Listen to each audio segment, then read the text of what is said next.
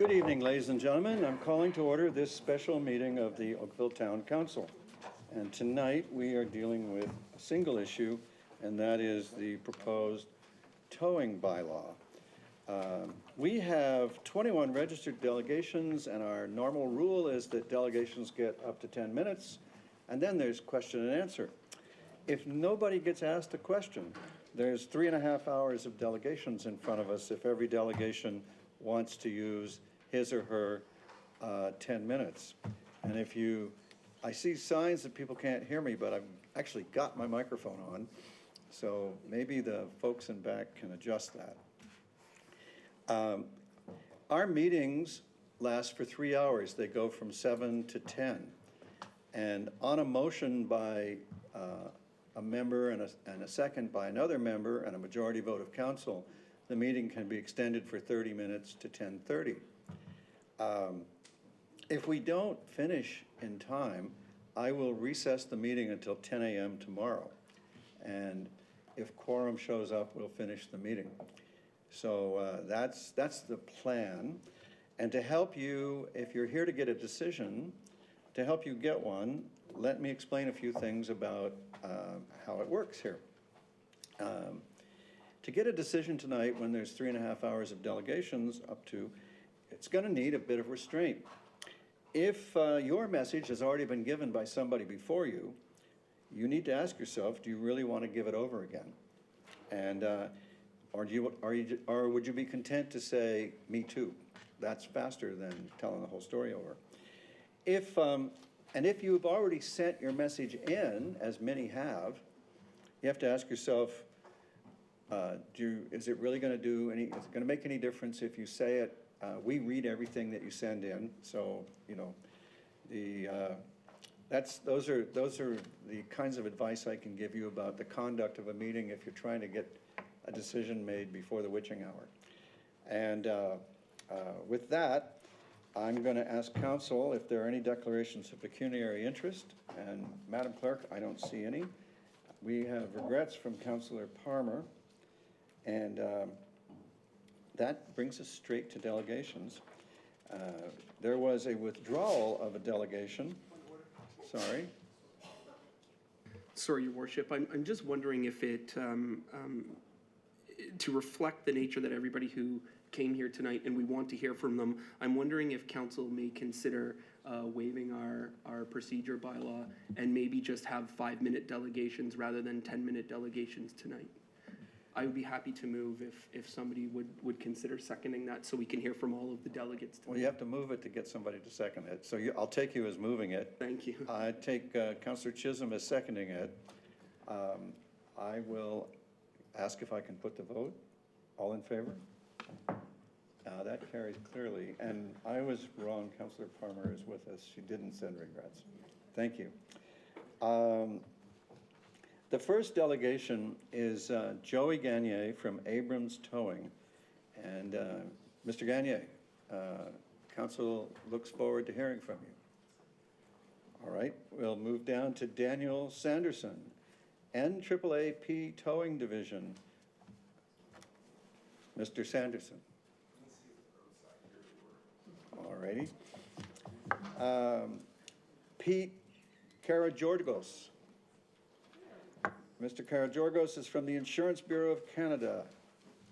Welcome. We look forward to your information. Good evening. Thank you, Your Worship, and members of council.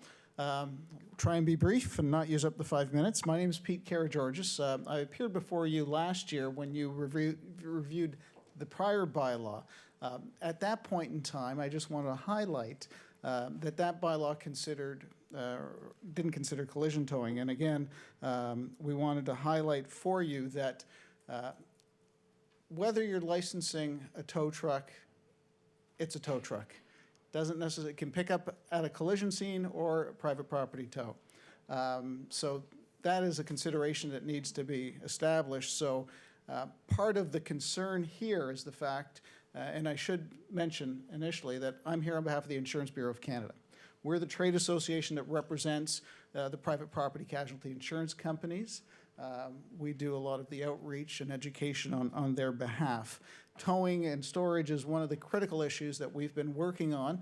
We've had participation with the provincial government and the industry back in 2014-15 when the old provincial government implemented some reforms and changes to protect consumers of collision and towing services. So there are some changes that were introduced with respect to the Consumer Protection Act, the Repair and Storage Liens Act, to address challenges of the nature related to towing. Obviously, it's an issue. It's an issue that many municipalities have addressed, as you are as well considering before you this evening. Wanted to highlight 2 points primarily. One is the fact that while the bylaw as it's presented does not appear to address collision tows, which for the industry is the key concern when we interact with towing and storage providers and some of the problems that consumers face and we're represented or we are presented with on their behalf as the insurers. Some of the steps that you are outlining will have an overflow on collision tows. One in particular I want to highlight for you, and that is near the end with respect to a storage fee. Nowhere in the bylaw does it state that this storage fee would only apply for private property tows. Therefore, the $70 a day cap maximum, which will likely be the level at which all storage charges are going to be presented at for private property tows as well as collision tows, will be the new normal.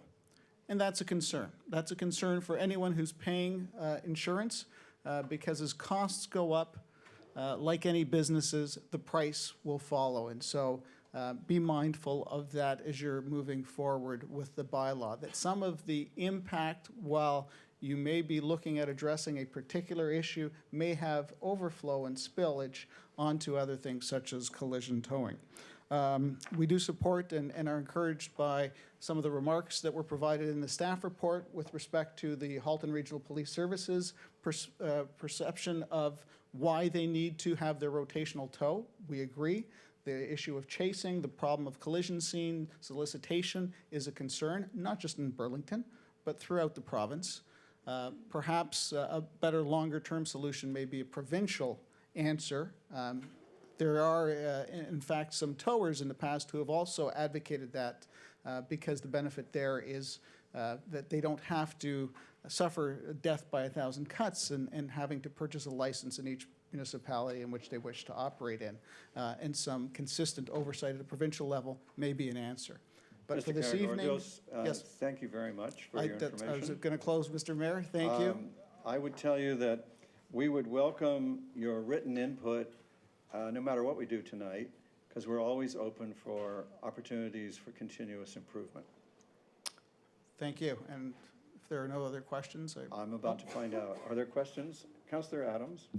Can I ask you, what do insurers typically pay for either storage costs or tows when related to a collision?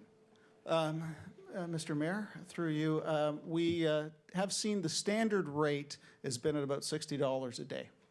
The challenge there is that that is a rate regardless of the business's costs. So in many cases, and we've conducted a study, and we've also looked at things such as the City of Toronto's contracted police tow, where the tow companies and storage companies on their own presented what their appropriate storage costs are. And those fees range from $20 a day to $60 a day in the City of Toronto for prime real estate. So that's on the storage side. When you allow the market to compete, you benefit as a consumer. On the actual tow rates, again, it varies depending on whether or not the municipality has a bylaw that caps that service and fees. So when you look in and around the GTHA, I would hazard to guess the average, you're looking at about $350 for a collision tow. The storage fee you cited, is that their cost or is that what they actually charge? That's what they charge. Thank you. Councillor Grant? Sorry, then, just to be clear, you're concerned that $70 a day is too much? Yes. Very interesting. Thank you very much. Thank you, sir, for your time and your information. Thank you. I'll call again for Joey Gagne from Abrams Towing. Mr. Gagne, welcome. We look forward to your information. You have 5 minutes.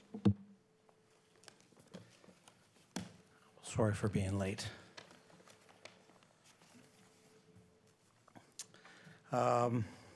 Mayor Burton and council members, thank you for the opportunity to provide feedback on this tow truck bylaw.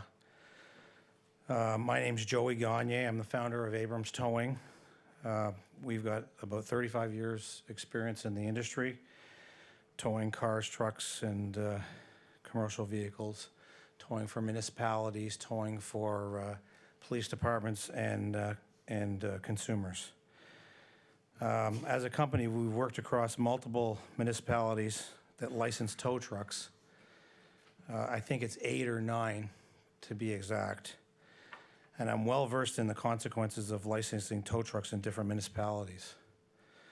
From my experiences, tow truck bylaws and licensing have not reduced the amount of incidents of consumer abuse in the areas that tow truck licensing has occurred. The best example of bylaws that were not successful are Mississauga and Toronto. Mississauga and Toronto have the worst tow truck incidents anywhere in the province, next to Ottawa. And Ottawa doesn't have a license, but they've held off because the solution isn't necessarily licensing. In Toronto and Hamilton, for example, there's Toronto and Mississauga, they encourage accident chasing, including dangerous driving behavior by tow trucks chasing to get to accident scenes. The best example of a municipality that has reduced abuses of tow trucks is Hamilton. Hamilton does not overregulate, but has a proven consumer protection component. Hamilton's bylaw has a anti-chasing bylaw, which they do enforce. Anyone that fails to comply with the bylaw could be liable for a fine of anywhere from $5,000 for a first offense to $100,000 for a third offense, including as well having their vehicle impounded. So subsequently, Hamilton has one of the lowest incidents of chasing in the greater GTA Hamilton region.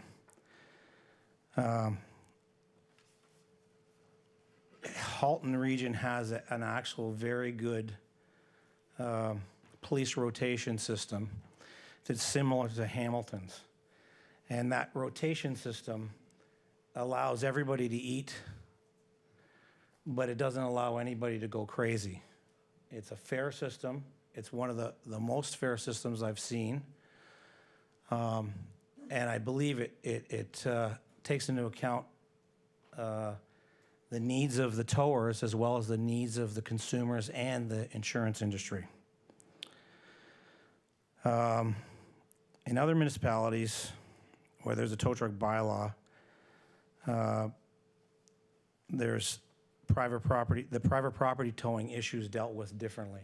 In some cases, they have a capped private property rate as proposed here. In some cases, the municipality has contracts and the private property is dealt with through contracts through the municipality. But it's not, in most cases, is not licensed. The concern with licensing, and it's my experience and expectation that a tow truck licensing bylaw in Oakville will not reduce the consumer complaints regarding private property towing or accidents. It will conversely undermine the Halton Police towing rotation, which is a big concern for the towing industry, should be a big concern for the insurance industry, and should be a big concern for the town of Oakville. Because as I've seen in the past, when licensing happens, most chasing is done by big body shops that have lots of tow trucks, and they have deep pockets, and they'll buy all the licenses you want. But they'll be the ones that'll be creating the problem. And those of us, the good actors, not necessarily the bad actors, that don't necessarily do that business will suffer as the licensing bylaw is implemented and forced down our throats. Thank you for your consideration, and I can provide any information if required. Thank you very much, Mr. Gagne. Questions from Councillor Sandu? Thank you, Mayor Burton. Thank you, Mr. Gagne. Just a question, generally speaking, you're speaking about the city of Hamilton. Does Hamilton have more or same of the type or the kind of business? Do you see more of the same, the type of business coming out of Hamilton that you see out of Oakville? It's a very similar. It's very similar almost in most municipalities. There are nuances, based on social economic situations, but I mean, for the most part, Hamilton system is very similar to what we have here in Oakville, except for they're not considering licensing because they believe their rotation system solves those problems. Do you find a lot of private property towing there, or would you find that there is kind of just general city towing more? There is private property towing there, but it's done by the municipality under a contract. Excellent. And then could you just help me understand a little bit better? You were mentioning that if we were to go through licensing, you'd think that it would undermine the HRPS's towing rotation. Can you help me understand that a little bit better? Well, as I was saying earlier, most of the chasing is done by big body shops, and these body shops are just circling Oakville, waiting for the rotation system to fall apart. And when that happens, you will see lots and lots and lots of chasing in Oakville that you haven't seen before.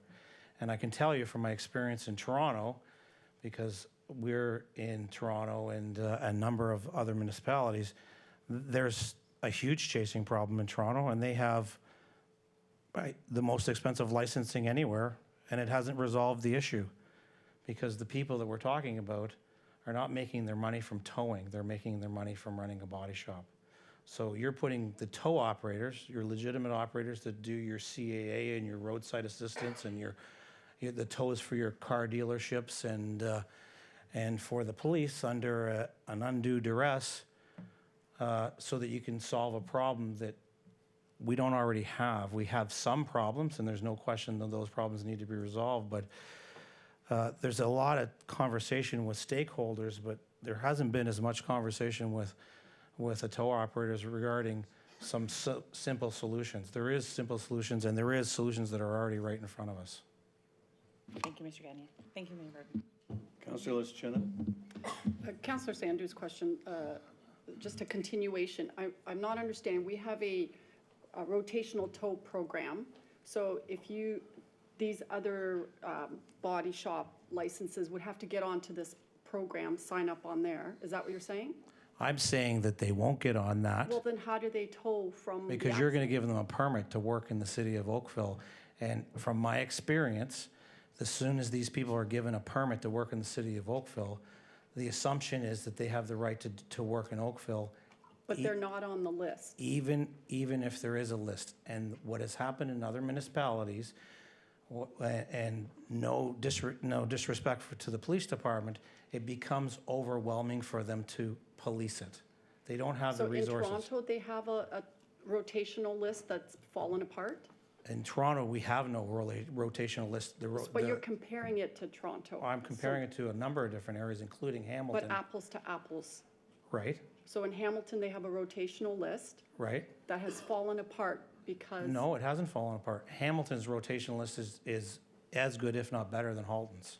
And it's because they enforce So the you really don't anti-chasing have bylaw. you don't have a case study to tell us where it fell apart from a rotational list York going to a region. bylaw? In York region, it fell apart for the exact same reason. In York region, they had a Yep. rotational list that fell apart, so we'll have a Yeah. question for our staff regarding that. Yep. The other question is regarding predatory fees.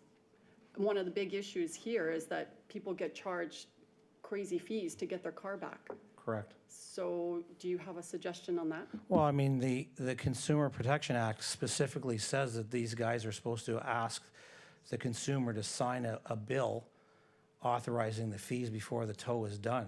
And the province has They're already being dealt held with that issue. hostage. The consumer is being held hostage. Well, they're only being held hostage if the police aren't there.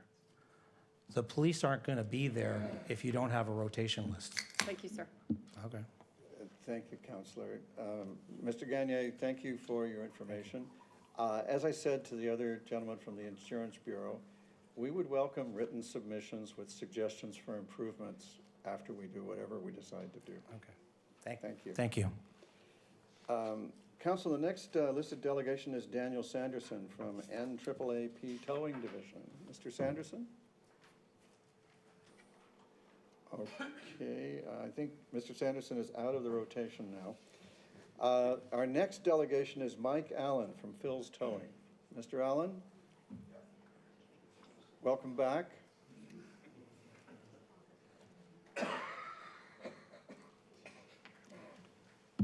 Council looks forward to your information. Good afternoon, Council. I'm on the same line as Joey with the rotation part of it. Once you guys get into licensing us, we're gonna be running into the same problem. We see it in Mississauga where they're burning trucks every night, Toronto where they're burning trucks because there's too many tow trucks out there.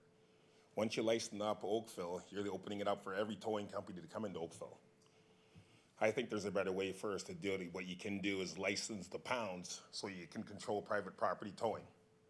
I feel that's a better way for you to go about it that way than it is to bring a licensing in and then have every Tom, Dick, and Harry come into Oakville and start towing.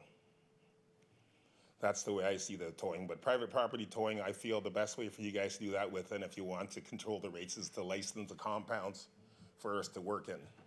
And then you'll control the pricing, and you don't have to go through with licensing all the tow trucks and everything that we have to do with it. But I mean, that's up to the town council the way you want to go. That's what I had to say, Your Honor. Thank you very much for your information. Our next delegation is Kevin Matter. Sorry, Councillor Lischina has a question. Mike?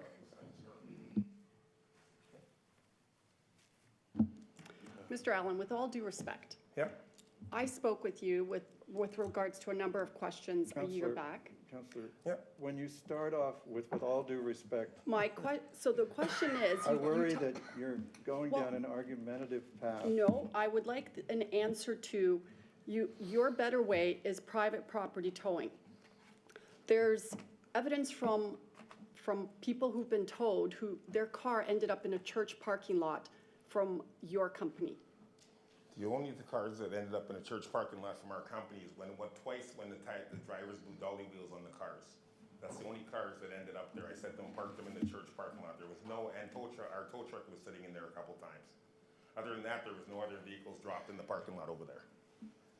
Thank you, sir. Yeah, that's what I got the letter from the police about that. And I explained that to the officer when I talked to him. Thank you, sir. Yeah. Thank you, Mr. Allen. Thank you. Councillor Lischina, thank you. I'll now call Kevin Matter. Is Kevin Matter here? Yes, welcome, Kevin. Mr. Matter. Council looks forward to your information. I'm gonna keep it short and easy for you guys. We don't need another toll license in Ontario. We need the province to take it over because the problem is everybody don't know the rules when their car breaks down. And I do roadside only. And I get my calls from a computer. Then everybody knows who's coming to tow their car and how much it's gonna cost, and straightforward. It's the problem. The problem is it's the accidents, scenes, and the private tows out of the private property.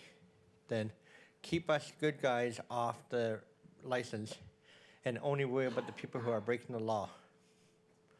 That's it. Thank you very much. Questions? Councillor Elgar. Yeah, thank you for coming tonight. How do we control whether you are or you are not doing any private towing? How would we control that? It's the ones who are breaking the law are the ones who are causing the problem. The license won't, the people who are gonna break the law, they're not gonna go and get a license. It's the good guys who's gonna go and get their license, like me. Like if I had to get another license, that would be 8 licenses on my truck.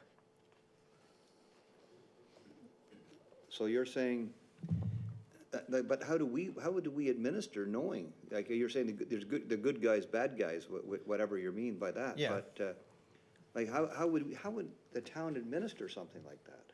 You get do what the other guys, a couple other guys said about licensed at pounds. So licensed. Like, I don't get town- involved with towing cars out of private property. I do roadside. That's Right. all I do. And I have a logo on my door. Okay, so you're roadside only. See, Yeah. that's my problem is roadside only. You could tomorrow say, or could you say, I can. Yeah, I could. You could. But That's why what do I mean. need to? Yeah, okay. Yeah, you could do it, okay. Yeah, but again, But you like don't. last time we talked to this, I don't need to because I get my I get a computer in my tow truck. You can audit my computer anytime you want. Okay, appreciate that. Thanks for the clarification. Thank you, Mr. Matter. Oh, Councillor Chisholm. Thank you, Your Worship. Just a quick question. You were talking about the possibility of licensing compounds. Does Yeah. every tow truck operator have a compound? No, Thank you. like I don't need it. I don't take the car to the pound. I take the car wherever you want to go. And the member has the right to get who tows your car and where it goes. They already have that law in Ontario already.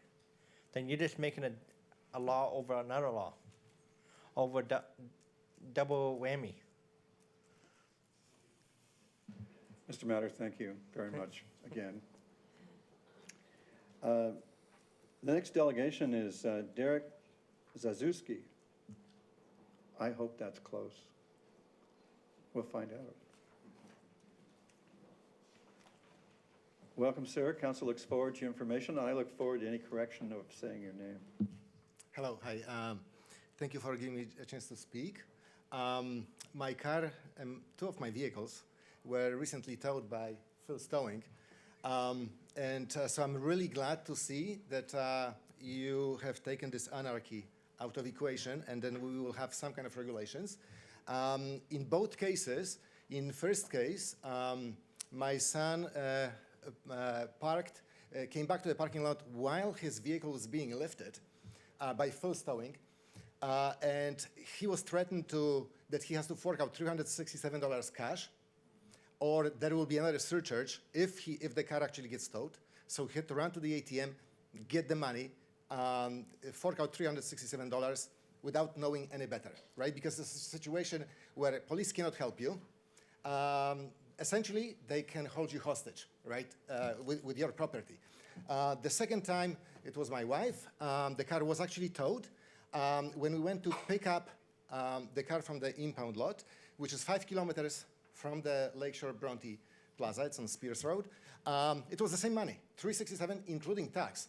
There was $165 for the tow, $100 for a dolly, which in my opinion is a ridiculous charge, $100 for a dolly, and $60 for an after hours charge because it was after 5 o'clock. So I'm really glad to see that you try to regulate this. So my only issue and question here is with respect to non-consent towing from private property. I can see that it's going to be capped at $250, which in my opinion will become a de facto standard rate. Everybody will charge that, and no one will charge any less, regardless of how far they tow your vehicle or what time it is. I tried in my own primitive way, I've tried to do my research. I was able to find some documents for City of Toronto that they've capped this system 2 years ago at $108. It was prior to that, it was $88.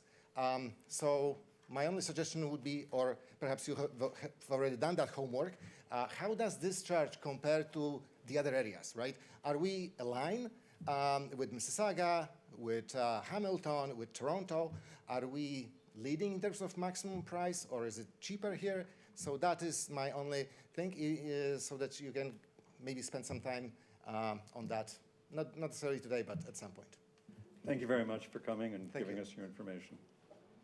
The next registered delegation is Angelo Gabrielle. Mr. Gabrielle, I hope I'm saying it right. Welcome. Yes, Your Worship and town councillors.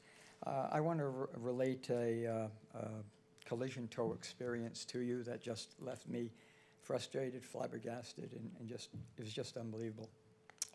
My son, who's 21 years old, was involved in an accident on Highway 5 at Tremaine, the intersection of Tremaine. At that point, he was a little stressed with what happened, and he called me. I was still at home before I left for work, and I told him, calm down, exchange the information, take pictures, and if the cars are drivable, to get them off the road, do so, and then call CAA for a tow, because we have to take it to the reporting center. And so he said, okay, and then he left me, and then he proceeded to go do this. But then I got a call again from him stating that a tow truck driver has showed up on the scene, and he's been filling my head with all sorts of information. And I said, it's better for maybe you to talk to him, Dad. So I explained to the tow truck driver that we're going to call CAA, and he told me that CAA cannot move this vehicle. He says that won't happen. He says, I have to be the one to do this. And he convinced me, and I found out later that that's not the case. CAA could have moved that vehicle, I was told, by insurance companies, and he ended up convincing me of that, and I regret that move because it turned into just a hornet's nest. He ended up taking it to the reporting center, and we had a bit of time there to process all this. And once that was done, I was talking with him, and he says, not to worry, this is not going to cost you a penny because it's all going to be handled through insurance. And he says, and then he says something really peculiar. He says, and don't worry, he says, I says, I'll be here as long as you want because I'm paid by the hour.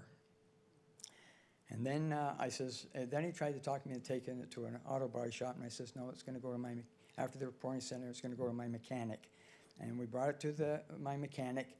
And once I was there, I contacted the insurance company to bring them up to speed on what's happening here. At that point, the tow truck driver was writing out his bill, presenting it to my mechanic, and then he called me over and just showed it to me. I almost fell. He presented a bill for $1,100. Then my mechanic says, we use you guys, so because of the amount, we're going to pay for this on account, and of course through the insurance. He said, no. He says, I want a check. And then the mechanic says, no, we don't operate that way. They tried to get in touch with the tow truck company, but that was getting nowhere.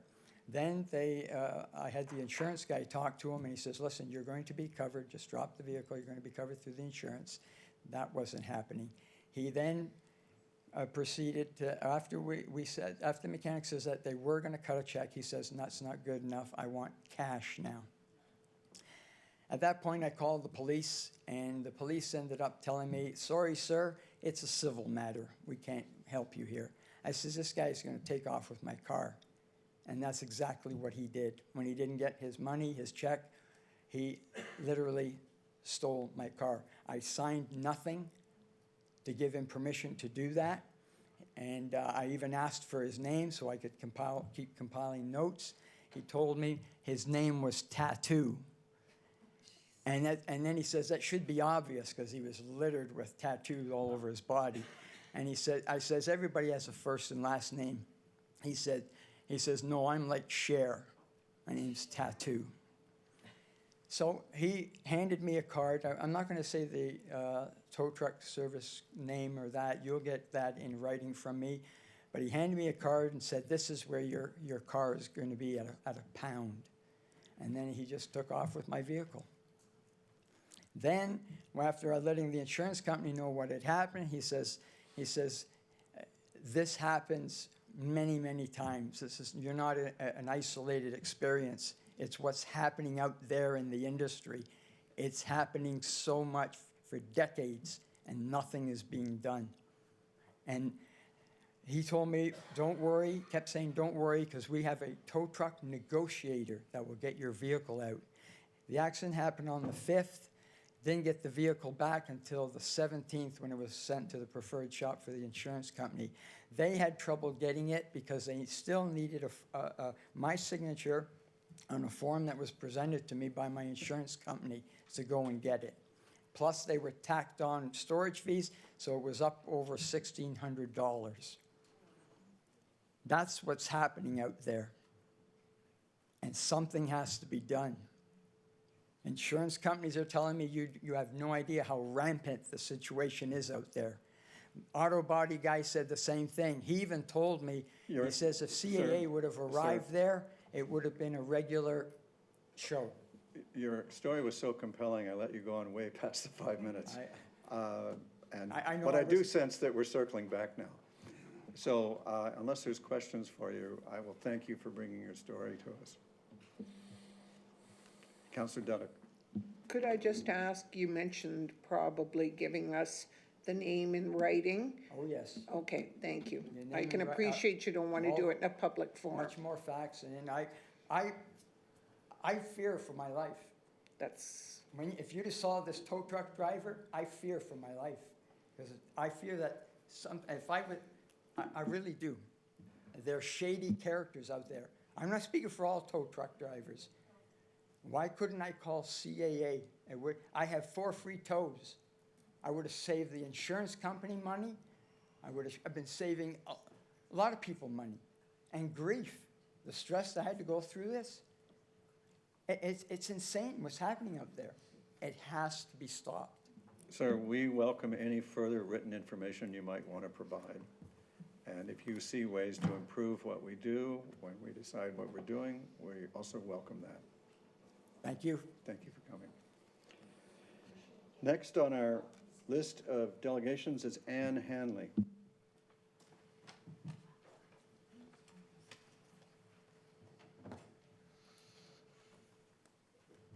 Welcome. We look forward to your information. Hi, good evening. I just live west of Bronte. I am a frequent shopper in Bronte and a visitor. I was actually, I am not anymore since my truck was towed from a parking lot behind Denninger's after hours, except for the subway that was open.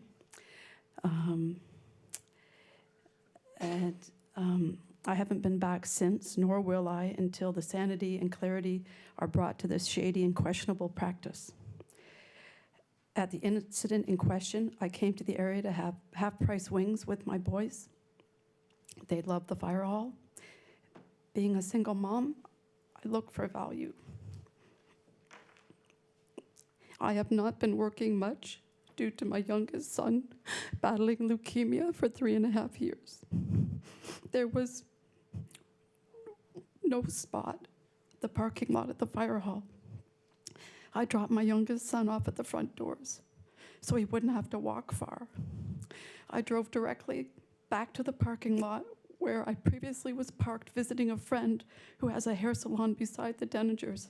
Since the businesses were now closed, I assumed that the towing signs I saw didn't apply after hours. I was at the fire hall for 45 minutes. When we finished, I walked back across Jones as my sons waited at the fire hall and my truck was gone. I walked into the subway. A man told me, "Your truck was just towed." Then I called my son and told him what happened and to come to the subway. From there, I called the number on the sign. I told the guy was on my way. Then I called the taxi. I wanted to act quickly before he left the impound yard. This was fortunate as if I had not, there would have been a storage fee added to the already exorbitant tow fee of $367.15, which after hours fees was added due to the fact that it was after 5. Meanwhile, he had just dropped the truck off and hadn't even closed the gate yet to leave the property when we arrived. I was only a few minutes behind him. Also, my sick child had to stand outside in the impound yard without his coat due to the fact that he had left it in the back seat of my truck before it was towed. You can't imagine how upsetting this was to see my son so cold after being told only 6 months prior that my son would never be leaving sick kids. I know the land and business owners in the area will agree that it's private property and they are entitled to deter trespassing and illegal parking. But who are we kidding here? There is a distinct, determinable difference between a family on a lot after business hours to grab a bite to eat then leave, than someone who is intentionally long-term parking overnight is illegally. This policy is utter definition of extortion, exorbitant fees, impounding, possibly illegal, I don't know. It's my private property, and intentional manipulation of storage fees and after-hour fees to drive up the cost, more to get your own property back. Case in point, I was told last summer, Canada Day, there were a lot of cars towed and impounded. Thousands of dollars that day was made. Who's benefiting from this? Call me cynical. But you can't tell me tow companies and property owners aren't scratching each other's backs. Otherwise, why wouldn't property owners simply chain the gate at their lots after hours if they don't want people parking there? This practice is doing nothing but feeding a source of greed and destroying a sense of community.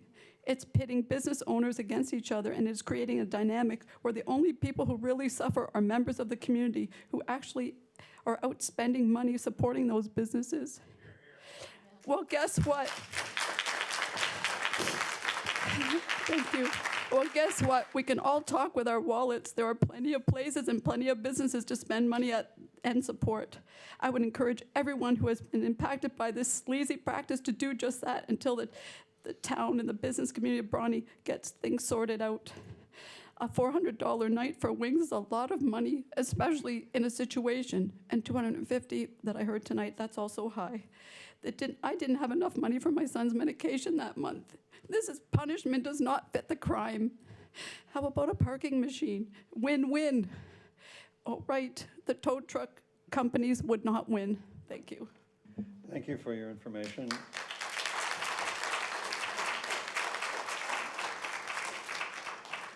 You touched a few nerves. Ken Lloyd is next.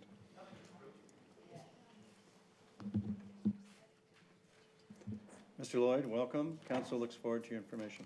Mr. Mayor, councillors, what is happening to Bronte Village?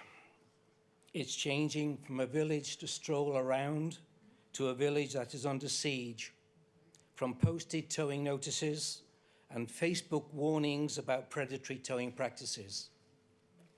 On Wednesday, the 29th of May, my wife and I drove down to Bronte Village. There was an appointment with Andrew Matters at South Bronte Mall. We parked at El Spiro's and walked over. An hour later, we were walking back and we were going over to Denninger's and get something for tea, and discovered the car was gone. At first, we couldn't believe it. We live in Bronte, we shop at Sobeys, we do our businesses. It is safe, and our car was taken. A young man saw us searching and said, it could have been towed. A young lady came by and said, it would have been Phil's towing. They do this all the time. We asked, how do we find out? The man said, there's a notice on the wall over there by El Spiro's. The notice used words like overnight parking and $400. He gave a phone number.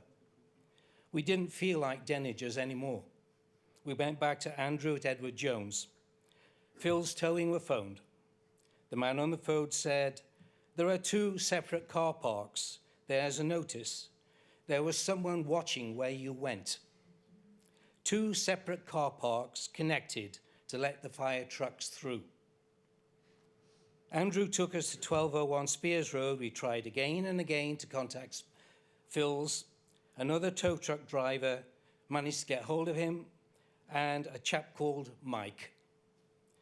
Andrew explained that we had clients, we were from Bronte, and according to the tow truck driver, there are 2 car parks south of Lakeshore Road, and the Edward Jones office is not in the car park where your car was parked. When we left the car and walked to Andrew's office, the car was illegal and towed under common law, not a bylaw, common law.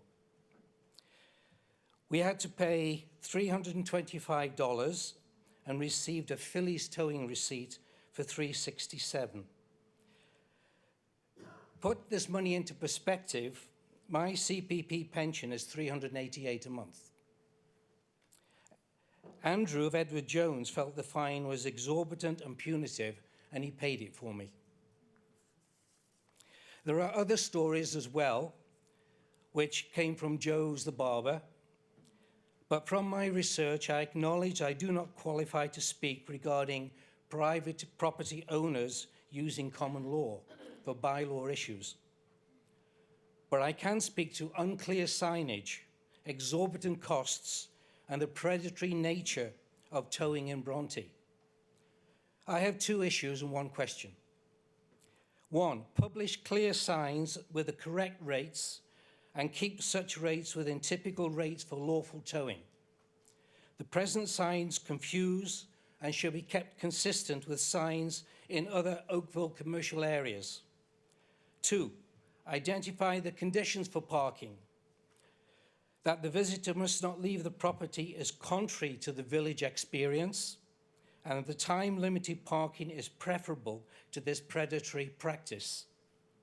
My question, what are the town's proposals to rectify and regulate the predatory towing in Bronte? Thank you, Mr. Mayor. Thank you for coming. You have your answer in the bylaw and the report that's published on tonight's agenda. There's copies available for you if you want to look at it. Thank you. Thank you. Our next delegation is Kevin Moore from JKM Towing. Mr. Moore?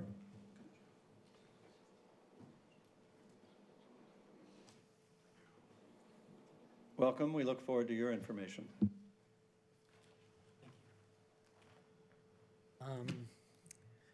With what the gentleman said about the incident on Dundas Street, if you license the tow trucks, it's going to be every day because the body shops are going to come out. Okay, just like Joey said, the Halton Regional Police is a great system, but you guys stopped on the original stuff. You went from one end to the other end. Okay, as for storage rates, storage $60 is too low. There are no towing companies in Oakville that own their compound because nobody can afford to. Just because you get $60 for that one spot and you hold 15 cars doesn't mean you're getting 15 times $60 every day. If that was the case, it would be different. The Halton rotation system is one of the best around. It works really good, okay, when it's enforced, okay? And they've really come up a lot in the last little bit.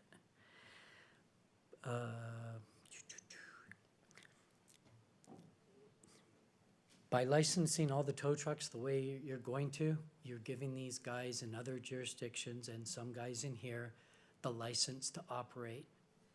Do you have to have a compound or a facility here in Oakville in order to get a license? That's one of my questions, because I couldn't see that in this bylaw.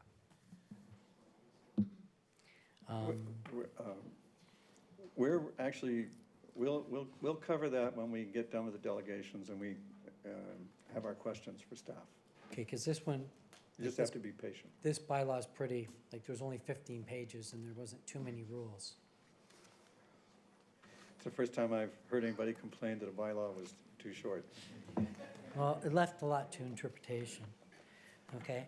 I think, like another gentleman said, for private property, if you license the compounds and you state that every private property removal has to go to a licensed compound, okay, then that would be great. Thanks very much for bringing your information. Councillor Sandu has a question for you. Thank you, Mr. Mayor. Thank you, sir, for your presentation.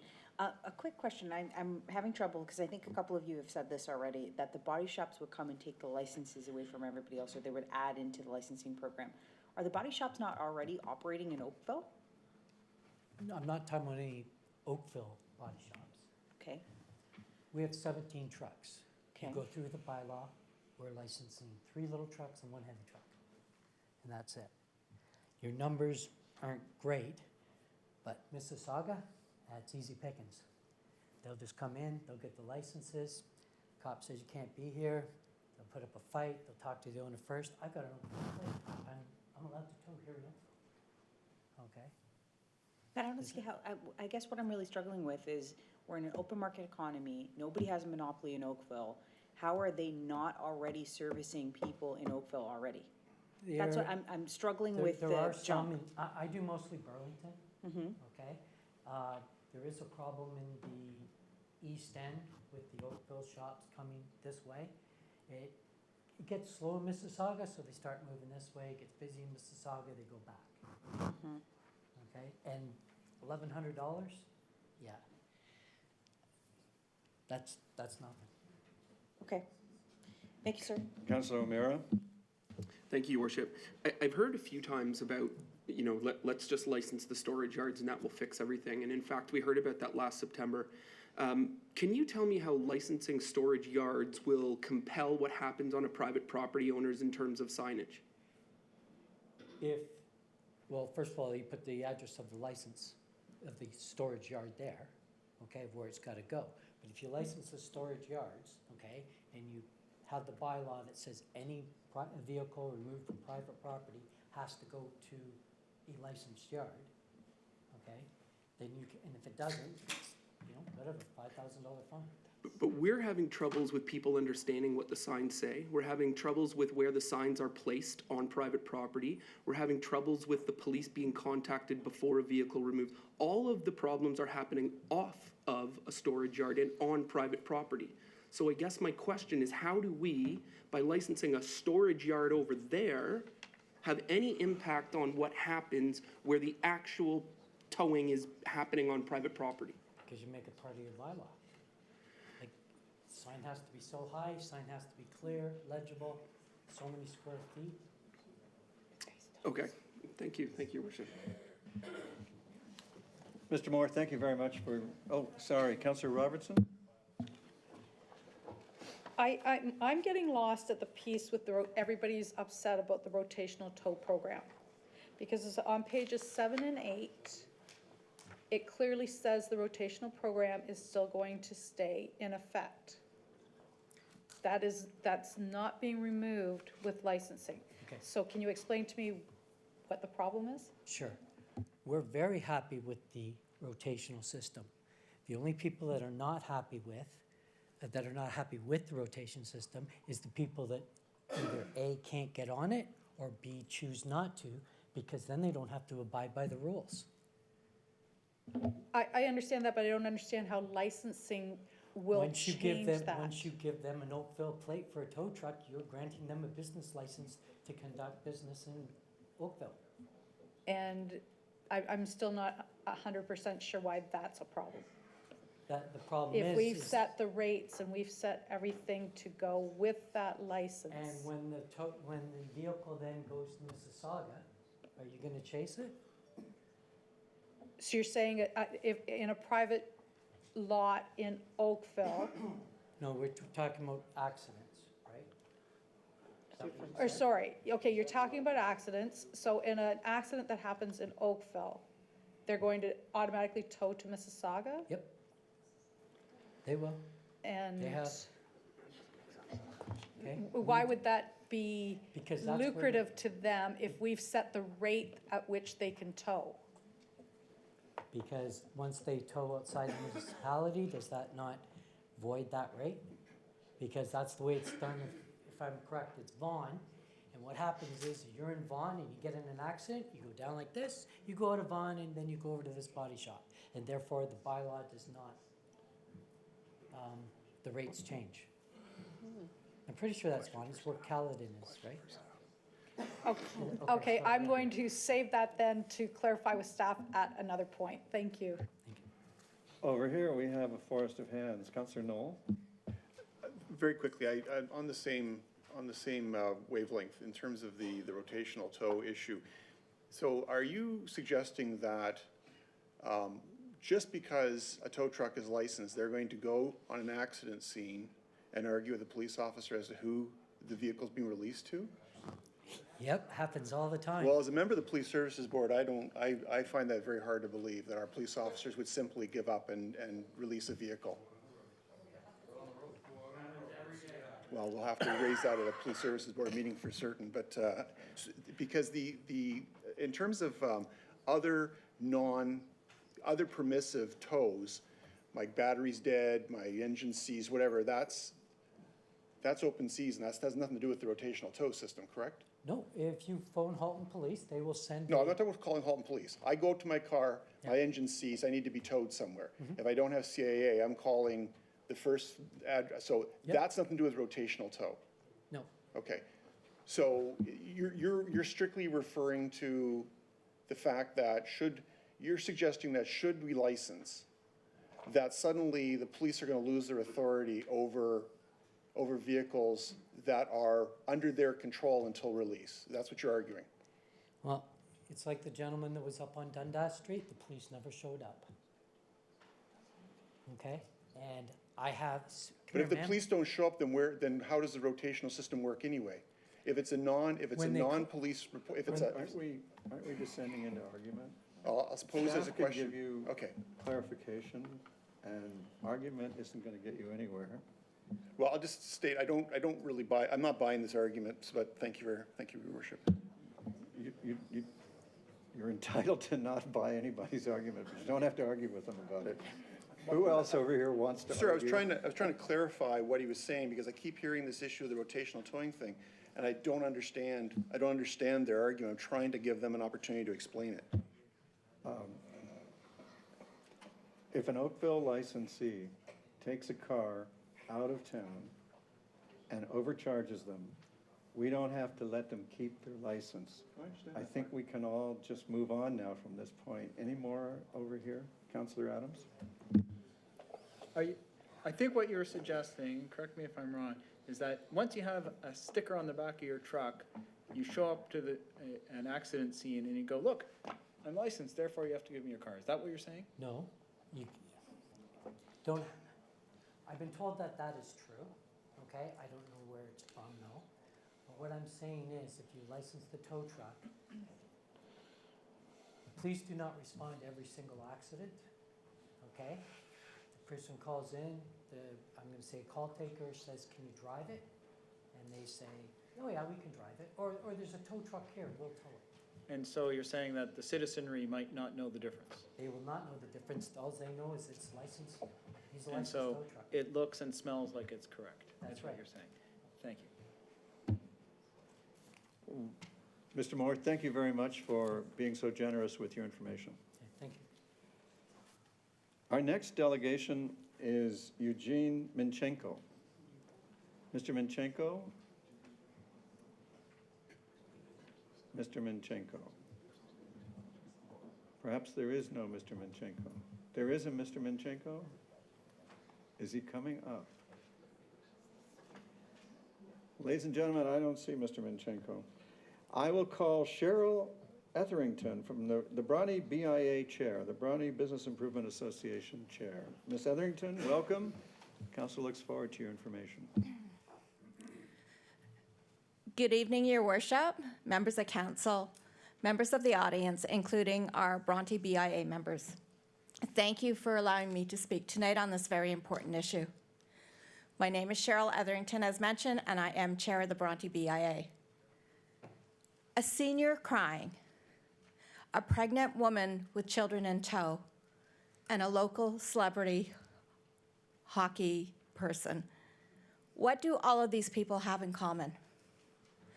They have all been towed by one of the two private lots in Bronte that is vigorously enforcing towing. They do not discriminate. They do not show compassion. They treat everyone the same. Step 1 foot off the property where you have just enjoyed a meal or made a purchase, and you will be towed. As chair of the Bronte BIA, I understand and fully support the right of our members to protect the parking spaces for their tenants' customers. As Bronte is growing, this is part of our growing pains, but it doesn't mean that it has to be done this way. We're not against towing for a good reason, but we're against the predatory nature of the towing that's happening. There's not a day that goes by that our staff doesn't have to deal with numerous complaints from members of the public that have had their cars towed. Some of them are seniors, some of them are single moms, as one we've heard from, and some of them are celebrities. The single moms and seniors, that $400 they have to pay to get their car back may mean that they can't afford to buy food for the rest of the month, or they can't afford to pay their rent. For the celebrity, it's just an inconvenience, and they'll let everybody know by word of mouth, Bronte is not the place to go. Do the tenants of these establishments really believe that these people are going to be back as a customer? They say the parking lots are for customers. Well, what is a customer? The dictionary says the definition of a customer is someone who purchases goods or services from another. Does this mean that if I finish my meal in one restaurant and I decide to go for a stroll down the boardwalk and enjoy ice cream at another, that I'm still not a customer of the first place that I visited? I'm an accountant. I have many customers. Some of those customers I only see once a year, but it doesn't mean that the other 364 days of the year, they're not my customer. Just because a person has a meal or buys something in one place and wanders up the street to do something, purchase something, just go for a stroll, doesn't mean they're still not a customer of that first place that they visited. Do they deserve to be towed? We've heard from many people that they are boycotting Bronte, and they've spread the word through social media and by word of mouth. Port Credit and Burlington are welcoming our lost customers with open arms. Our merchants have lost thousands of dollars of business because people won't come back. It's destroying our brand. If the true reason that owners are towing is that they want to ensure that there's parking spaces for their customers, why do they continue this practice in the evening when they're closed and the parking lots are empty? Why won't they post signs that list the businesses on them that those lots are servicing instead of just an address? The residents of Oakville can't decipher these signs. How can we expect a tourist to do it? And we are a tourist destination. On top of the distress of having your car towed, the driver will often inform the person that he has to drive them to the ATM to get cash because their wireless terminals are broken. We've heard from single women that were terrified by this experience, and then they have to be driven to a deserted compound that's poorly lit to get their cars back. The BIA is in full support of the bylaws to address the tow truck licensing in the city of Oakville, to regulate fees for towing, lifting, and storage, and for the operators to accept payment by the method chosen by the person whose car they impounded. We feel that this will make the predatory nature of the towing in our city less lucrative for the company that's currently reaping the benefits of this ruthless practice, and for any that might try in the future. I urge all of you to vote to pass this bylaw, as it's just not a Bronte problem, it's a problem in all of Oakville and all of your wards. Thank you. Thank you, Ms. Etherington, for your motion. Questions? Councillor Grant. You started by asking why cars are getting towed out of Bronte and what we can do. I think as a BIA, you might be the better body to answer that question rather than us. I mean, when people ask me for recommendations for restaurants I like, I will happily mention places all across the town, but whenever I mention places in Bronte, I say, but be very careful. Don't park anywhere or take transit because you're going to get towed. So when you start off and talking about, why is it the cars are getting towed away, as a BIA, wouldn't you be a better body to at least talk to your members and say, why are you doing this? We have to talk to our members, and they are unwilling to change what they're doing. They feel that it's good for their businesses, when in fact they're not only hurting the businesses there, but they're also hurting all the businesses around it. We're a village. This is a time where people network. You're used to parking once and shopping several times. It's not fair what they're doing. There's no warning. The signs are not legible. They don't say what businesses those parking lots are servicing. And there is ambiguity between the parking lots because of the fire runs. You can't tell where one starts and the other one ends. But certainly, and I'm trying not to be argumentative here, but as a business association, can you not say to Deningers that, hey, somebody's going to shop there, but they might want to walk over to Flavor Fox and get some ice cream? So why would you want to tow them from there? And further to that, you'd brought up the fact that why are people towing after hours? Why are they towing after hours? We don't know. It's a question that's been unanswered by the owners, not the businesses, but the owners of those properties. Okay, I guess we're getting nowhere. Thank you very much. Thank you, Ms. Etherington. Thank you. The next listed delegation is Mr. Paul Cates, a commercial property owner and Bronte BIA board member. Mr. Cates, welcome. Council looks forward to your information. Thank you, Your Worship, council members, staff, ladies and gentlemen. I'd just like to ask one question first. Is there anybody here from Dav Park? Is there any, they have the Deningers property? Is there anybody Mr. Cates, from Crombie Reed? Mr. Cates, you're here to delegate to council. I am. I just wanted to know if they're here because... Your time is running out. Okay, the clock is running. But at the same time, the reason why we're all here is because of two people. Okay? And when we're trying to find out, when the day that, if you look back into history as to why the towing got out of control, we had a bylaw that seemed everybody could live with. There wasn't any problems with our tow truck drivers. They were following the bylaw that was initiated by the town. I believe, is this not correct, that you have a... What bylaw was that, sir? I don't know, maybe you never had a bylaw. Okay, so they were coming in free flow then, all right?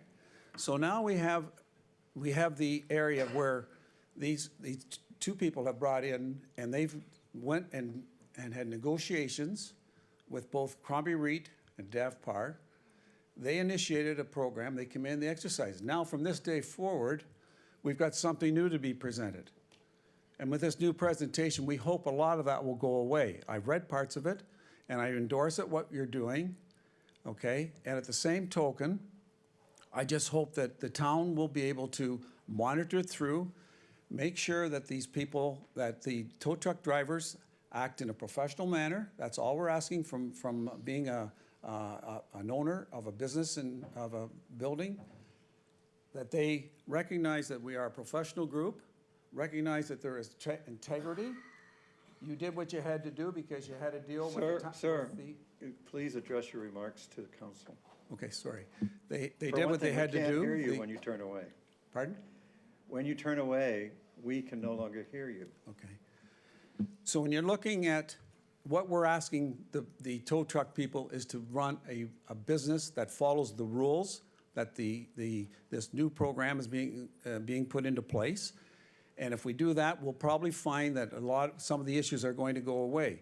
So from this time forward, we have a very negative environment within our town, okay? And I don't know how to get out of it. When Councillor Grant said, why doesn't the BA, we have researched it. We have emails presently in the queue going out to certain members, asking if they would just not tow for three consecutive days. I talked to one guy, and he says, well, if the other guy cooperates, then we won't draw. To this date, one group has not responded to a request. So we are in a position that we can't do any more. We have been to Deningers. Councillor OMeara has been to Deningers on various times. He's talked to people. They won't listen. And how anybody could come into town one day and start a project without going out into the community and say, look, we're going to change we're going to have a towing program. and tell the people what we're going to do. They didn't have the courtesy to come and talk to us, the BIA. So we need the town to help support us. Everybody follows through an area of responsibility. The tow truck people go through the town, then they also have the province, which is also part of what they do, as far as getting the proper, of having the legislation properly addressed. So when you look at the administrative, the BIA doesn't have a whole lot of clout. We do not have any clout, and we're looking for council for support. That concludes my presentation, sir. Thank you, Mr. Cates. And I heard you to say that you want us to pass the proposed bylaw. Sure do. Thank you. It's a step in the right direction. Councillor Palmer? Thank you for your presentation. I'm just seeking some clarification on after-hours towing in the business parking lots. Does a call, say there's a car parked at 2 in the morning, does the business owner need to call in and request it to be towed, or are there floating agreements that circle my lot around 2 o'clock and tow? What shouldn't be there, considering everything's Well, closed? it's not for me to say. I'm a business owner, and I just, with what the new legislation that the town is presenting, I think it's good. It details all that type of stuff. If it doesn't include it, then it needs to be, if it's an issue. But I, as a BIA member, but more importantly, as a business owner, it's not my responsibility. I can't make rules. No, BIA does not make rules. The town make rules. My question was if you had an understanding of that, since you are a business owner there, but I can defer that question to staff. No problem. Thank you. All right. Thank you, Mr. Cates. The next listed delegation, council, is Rose Luxton, the owner of Lakeside Living Home Decor, and she's here to talk about the towing bylaw. Ms. Luxton, council looks forward to your information. Welcome. My name is Rose Luxton, and I'm the sole proprietor of Lakeside Living Home Decor. I am here to speak on behalf of the majority of small businesses and the people who have been affected by the towing situation in Bronte. Countless stories have been told to me and others regarding the effects of being towed. Seniors on fixed incomes who have never even gotten a parking ticket have been towed. Pregnant young ladies who, as a result of being towed, have missed very important prenatal appointments that are imperative to the well-being of innocent unborn babies have been towed. Young families returning to their vehicles after sharing a blissful Canada Day fireworks event, only to be left in despair with small sleepy children in their arms, have been towed. Tourists that were delighted to spend their vacation days along with their vacation dollars will never return and will share this experience with everyone. All businesses surrounding this horrendous travesty are suffering in multiple ways. Sales are down. Frequent visits from our regular customers are dwindling away and finding new places to spend their hard-earned dollars.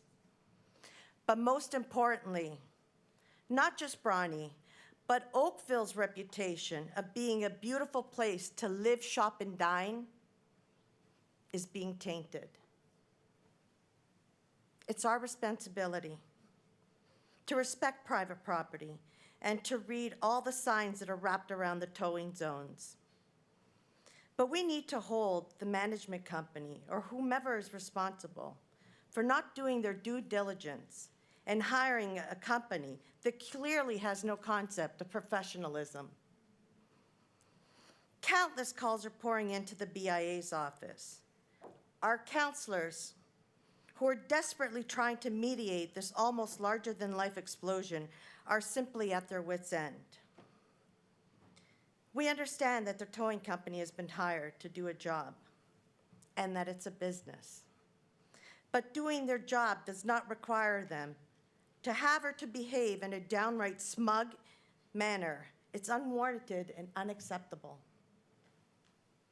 Putting a blind eye to this very serious issue or simply pretending that it's not as bad as we say it is will make each and every one of you somewhat negligent if you decide not to act quickly and responsibly. My fellow business owners, customers, and fellow Oakvillians are relying on me to deliver this message. This is not just a Ward 1 issue. This is a Ward 1, 2, 3, 4, 5, 6, 7 issue. Here's a crazy notion for you lovely folks. We share the same customers.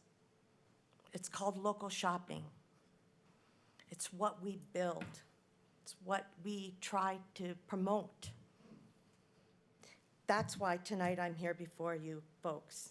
I'm just a retailer. I'm not a politician. I'm just somebody that has a passion. You guys hold the key and the power to somehow remedy this. This was a stubborn power play move that clearly was not thought out. Or maybe just a careless decision that one small-minded person decided on. Either way, I beg of you to dismantle this monopoly. Stop hurting our culture that Oakville has worked so hard to build. Be the councillors who rule for the people and not for the lining of pockets. I want to thank everyone for allowing me to state my passionate plea. I hope that whomever is in charge of that stop button will use it, do the right thing. Love Oakville and its people, the very same people that cast their ballots for you folks, trusting that you would act in their best interests. Implement rules and regulations with fair parameters. Set the bar high enough that other cities can look to us as an example when they're facing similar daunting scenarios. Be the strong, fierce group of councillors who will not allow anyone to bully its people. Thank you. Thank you very much for your kind remarks. Councillor Miller. Quick question for you. Have you reviewed the proposal in the agenda tonight, the bylaw, proposed bylaw? Yes, I did. So are you satisfied with the proposal? Somewhat satisfied. It's a start. Okay. It's definitely a start. A lot of it, any remedy at this point is better than nothing. Okay, and you feel that the bylaw contains what in your mind is a partial remedy? Somewhat, in Okay. my mind, yeah. Okay, thank you. Well, thank you for coming. I'll repeat to you what I said to others. Council remains open to written submissions afterwards if you find ways that we can improve it. Thank you for being here. The next listed delegation is Lisa Bogart, the owner of Consign by Bogart, also a Bronte BIA board member. And Ms. Bogart, welcome. Council looks forward to your information. Thank you very much. Thank you for this opportunity. Good evening, Your Worship, members of the council, town staff, and members of the audience, including our BIA members. A lot of what I have just heard from Cheryl and Rose, I also was going to say as well, so I don't want to waste anybody's time. But I will say a couple of things. I too own a local business in Bronte and will be celebrating my second year of business this September. I chose Bronte to start my business because I wanted to be in a community with merchants that would support one another, encourage one another, and prosper and grow. I'm happy to say, for the most part, that is what has happened in Bronte Village. The community has embraced me and my shop, and I do feel very blessed. But we all know that retail is tough business these days, and we all have to go above and beyond every day with exceptional customer service and product to provide an outstanding customer experience. So what I'm really here to do is to talk about the predatory towing. I learned a lot about towing this evening. I learned more than I've ever realized and how complicated it is. So I know that the council has a lot to think about in terms of what the right method is. But I just am hoping that whatever choice we make is that predatory towing will stop. We've heard unbelievable stories from so many of our customers and residents, and it all seems to gather into 2400 Lakeshore Road, which is the heart of Bronte Village. This is a mall that has 2 anchor merchants that are quintessential Oakville and have been a big draw to residents for many years. I just can't understand how they can be so short-sighted. I know Councillor OMeara has gone to them numerous times. I personally have asked Councillor OMeara if I could speak to them. I'm willing, with many of other residents on Bronte Road, to plea and talk about working together, to talk about sense of community. It's just so short-sighted. I just can't imagine any type of business that wants to take down a village like this. As you can see, and I don't want to repeat the story, but typically there'll be 4 women that will go to have lunch at one of the restaurants at 2400 Lakeshore. They have a fantastic lunch. And then one of them who lives in the area says, I really want to show you the Muskoka chairs. I want you to have a cup of coffee down by the lake. Come on, let's go. One step off that property, they're towed. It is, even though they've spent their money, they don't care. It is just, it's unbelievable. So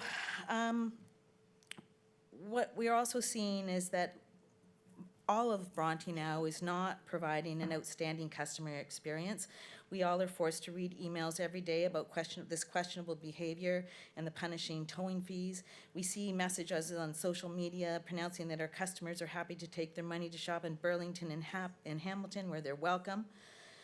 And what we personally have to do as shop owners is when our customers walk in our store doors, we cannot say hello. We have to ask them immediately, where are they parked, on the chance that they miss seen signage, and send them scurrying back to their cars to see if their car is still there. In all likelihood, we will never see them again, but still day after day we are diligent and ask that question because we believe in our community and we believe and value our customers. I also want to say that I have heard a lot about the signage. The signage truly is not working. It's misleading. People are confused. If it was working, we wouldn't hear about these ongoing towing stories every single day. I think we have to say the signage has to just improve and be larger and spell it out, what we're actually doing. Don't leave this premise to enjoy your Bronte Village. Move your car first. Oh yes, come back soon. Does anybody have any? Well, let's see. Any questions? Thank you very much for your information. Council, the next delegation is Josephine Agwan-Assi. And ma'am, we look forward to your information. I would welcome you saying your last name for me. Aquanassi. I actually got it? Aquanassi. All right, well, thank you. Very phonetic. All right.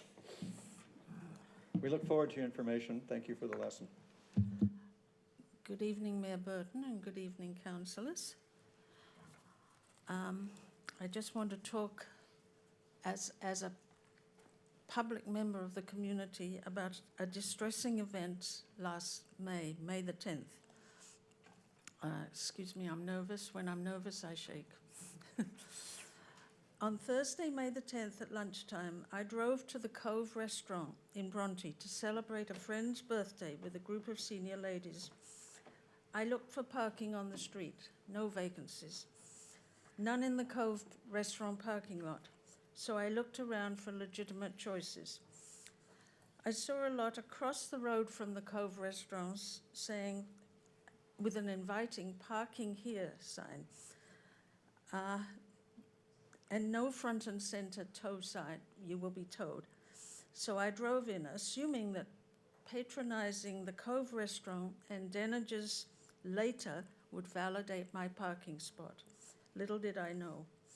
When I returned from lunch, I intended to shop at Denninger's, but my car was not there. Gone, no trace. I was in shock. Then I spied the tow truck and I went over to get the information about my car, where it was and why. I said, "How do I get there?" And he said, "Taxi." I am an Oakville senior, and I don't ever go out to break rules. I'm a careful driver, and I follow rules of driving, parking, and paying for parking time when there's a meter on the premises. So I'm thinking, here's the thing. Where is the authority to take my car away without giving me notice? Who has the authority to hire tow trucks to go onto that parking property to take vehicles away willy-nilly? And why, in an attractive touristy place like Bronte, where visitors and shoppers should be encouraged to shop, dine, and stroll, instead we have this aggressive, predatory, self-serving approach which alienates visitors and community members alike. Living and enjoying life in a democratic community such as ours is about being reasonable. And the way that they, whoever they are, went about it is just plain wrong. My state of shock was increased when I was presented with the penalty I had to pay to get my car back. I was charged $125 for hookup and tow to pound, and a further $100 for towing destination to compound, which would appear to me to be the same thing. And also I was charged $40 for dollies, whatever that is. Total $299.45, and I note the discrepancy from other people. I find this penalty outrageous and basically highway robbery. My feelings of helplessness, intimidation, vulnerability, and victimization at the pound lot, at having to hand over a credit card to get my own car back, can only be imagined. I know I won't get that money back, but more to the point, the indignity and lack of respect I endured has produced a ripple effect which continues to percolate. My family, my friends, and of course myself will not go to Bronte to shop and eat again, because my experience, which should have been a joyful occasion for celebration, has now become tarnished and a very unpleasant memory. What a shame. Thank you. Thank you very much for bringing your story.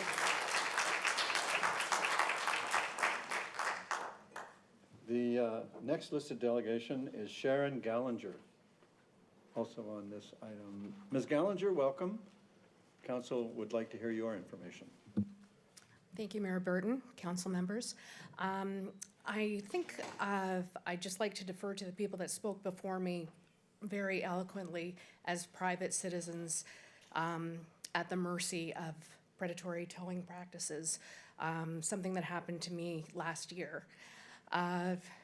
My personal cost was almost $400. I know I'm not alone. I've been following on social media, seeing that it's a common practice to go to Bronte and get towed. I feel sick when I listen to the business owners talk about how they've lost business. And I feel guilty because they've lost my business. And it seems like there is just a level of bullying that's happening by a few powerful people in that community, and everyone is suffering. A good friend of mine runs a business, and she says she's been significantly affected. And I think it's really important that everyone recognizes that, you know, this is what people are thinking about Oakville. Oh, it's a place I'd avoid. Last Friday, I went for lunch to Burlington. You know, I would have. We used to go in a group. We used to go to Bronte often, and I won't do it anymore. And I really hope that whether it's paid parking, it's the Honk mobile app, it's some kind of, there has to be some kind of responsible solution so that people aren't victimized like this. Thank you. Thank you for coming.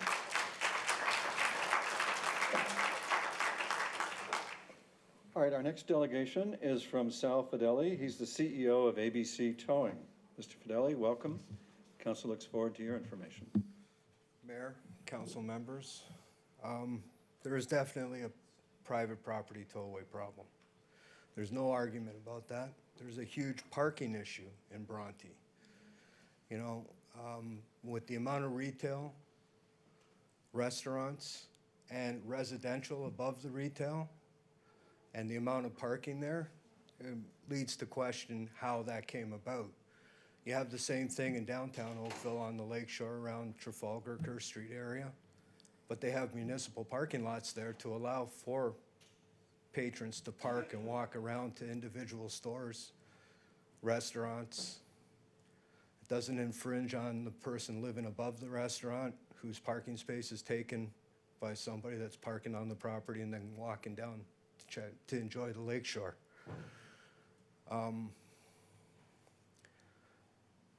Licensing the towing industry in Oakville is not going to solve that problem. I've read this. I'm very doubtful that some of the people that have spoke here tonight who claim they've read it and see a solution in here have actually read it, because there's actually no solution in this document. There's a cap on fees, which is a good start. I'm all for it. The licensing of tow trucks, when you put a license plate on that tow truck, just like in every municipality that has licensing on tow trucks, you're opening up predatory towing, because you understand that term better, to every accident scene in the city. Careless driving, reckless driving, you're gonna have tow trucks chasing, racing, cutting people off. You're gonna have a huger delegation of people complaining about that than you have here tonight complaining about Bronte. What you are all missing is these municipalities sought licensing out to solve their chasing accident issue. Halton Regional Police have a simple agreement that is fair and equitable to all tow companies who wish to take part.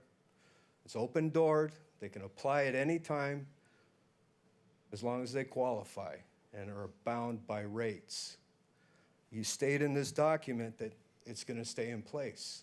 It's going to deteriorate.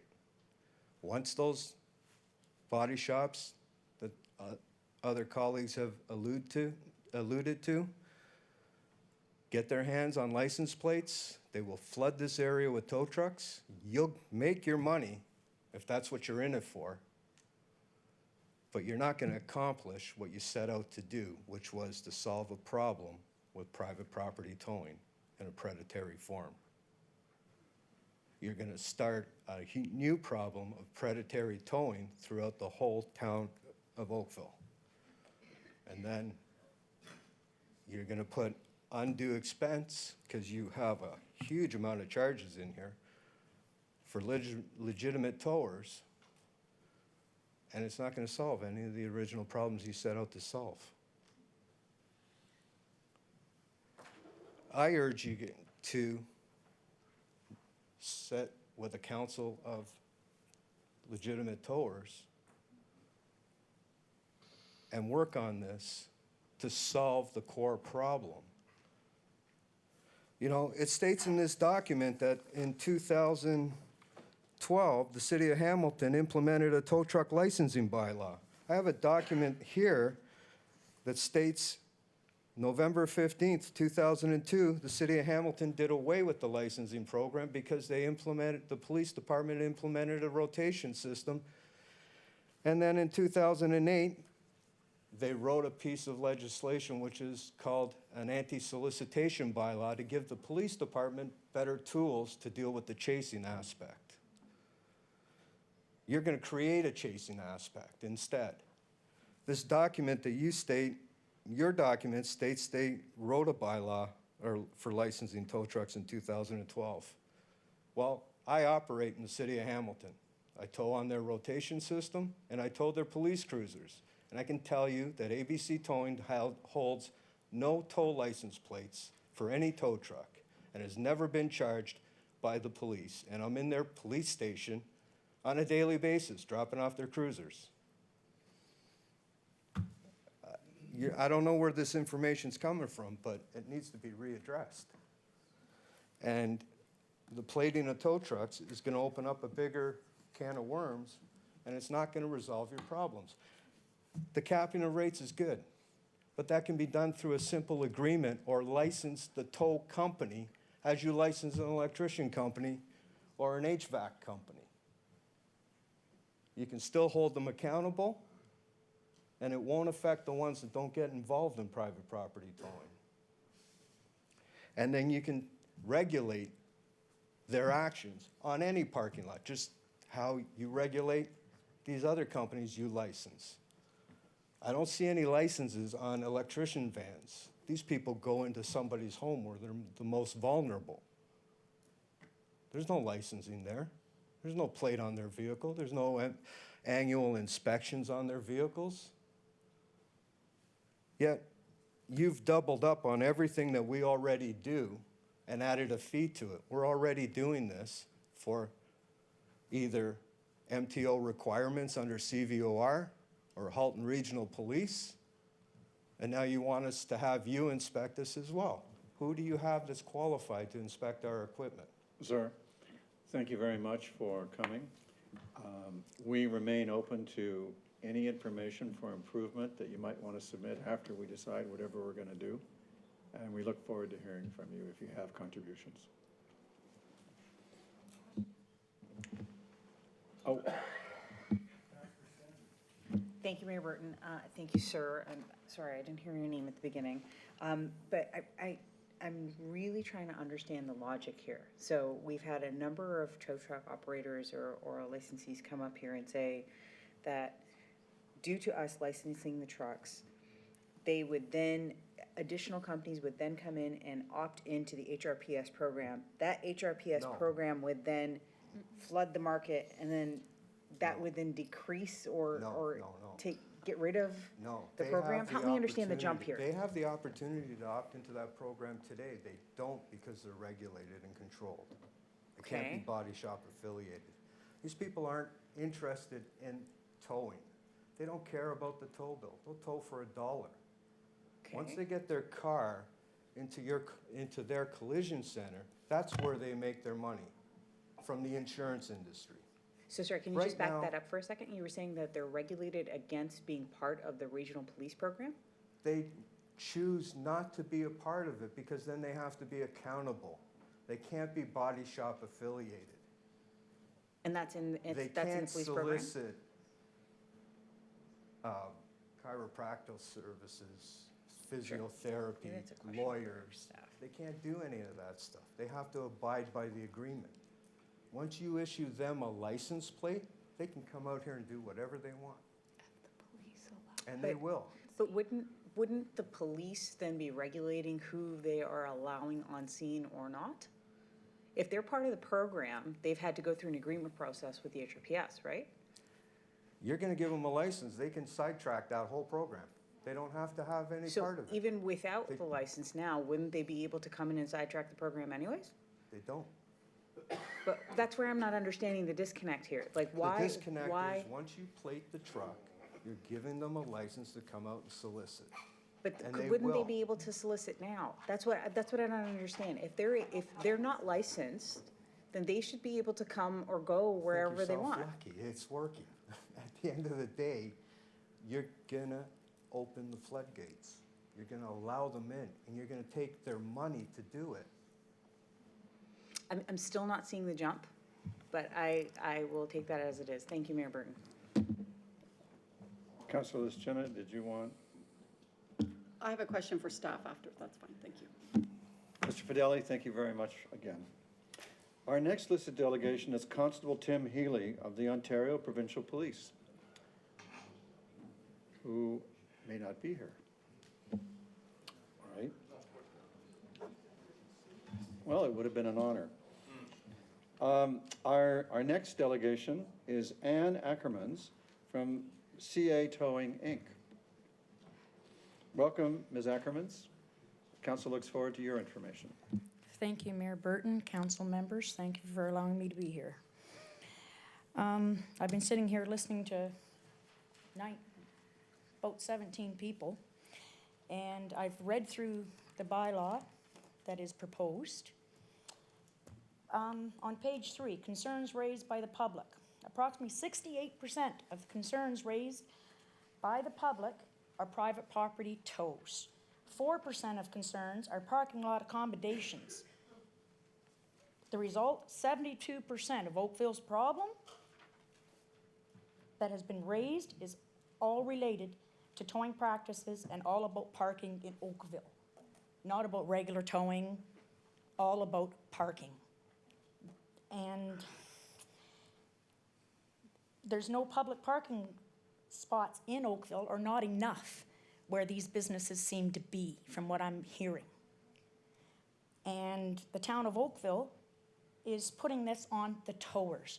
You have a few, from what I'm understanding, of towers that are not doing good practice, but that doesn't mean the rest of us aren't. Myself, I'm in Milton, I'm not in Oakville, but this bylaw will affect me large because I have a lot of clients in Oakville. They call me to come down, tow their vehicle, I tow their vehicle. So it's no different to me than if I lived in Oakville and I called a taxi or a limo service or a red car service to go to the airport. I can call them from any town and they will come to Oakville and get me. They don't have to be licensed like your taxis do, so why do I? Because of a couple companies that are doing what they're doing. And from what I'm understanding, a lot of this public parking problem is the owners of the property. They are the ones that are saying they want these vehicles removed, not us.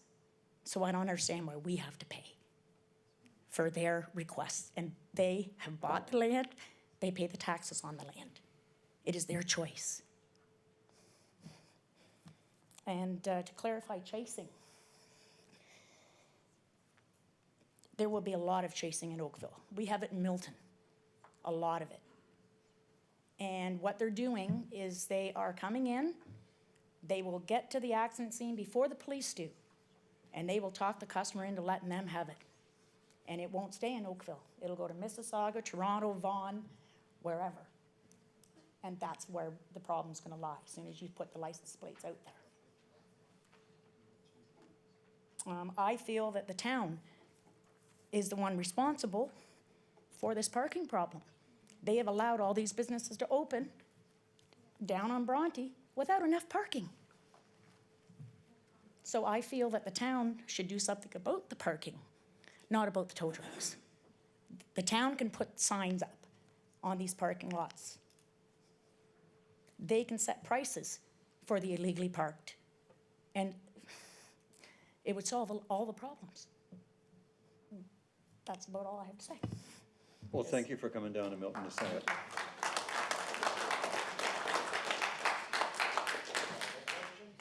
All right, council, that ends the public delegations, and now is the time for you to ask your questions of staff. And who wants to go first? Councillor Elgar? Mayor Burton, looking at, hearing what I heard tonight and also the charges, I'm just wondering if staff can confirm the rate of $250 versus what it is in Richmond Hill and Toronto, and there was Vaughan, I believe. We got emails saying that it was much lower, and I wonder if staff can comment on that for us. I believe staff can. Mr. Barry? Through you, Mr. Mayor. Sorry, I'll stand up. It's a little difficult to sit. We do have fees, and again, I'm going to give you some fees, but I will tell you from our conversations with other municipalities, the private property issues seem to be secondary or non-existent in those municipalities. So even getting information from them and whether their fees for other than accident rates would apply to private property, I can't tell you that I'm absolutely confident in what they've told me. But I can tell you in Barrie, they have listed a fee of approximately $200 for private property towing. Caledon, $150. Hamilton doesn't have a fee. Markham doesn't have a fee. Mississauga doesn't show a fee. Richmond Hill, $125. Toronto, we have heard that it was $108, but my understanding is that process or that proposed fee was not accepted, and what they've done is gone with Toronto police fees, and that differentiates throughout the city. So depending on where you are in the city, the costs are different. Vaughan was $125, and of course Windsor, the bylaw we showed last year, was $75. I thank you for that information. Councillor Sandu. Thank you, Mayor Burton. I actually have a number of questions for you, Mr. Barry. I apologize in advance. How many companies do we consult from a tow truck perspective? I believe you mentioned it on page 8 of the report, but I wasn't clear when I was going through the program.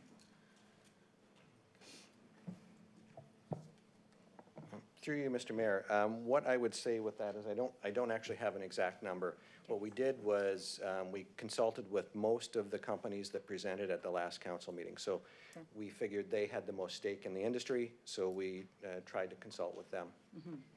And we also had, if I will say, we also had a public open house. So anybody was welcome to that, and we spoke with people there. Excellent. And then kind of switching gears a little bit, want to talk generally about the rotational program. Do you know when that was initially implemented?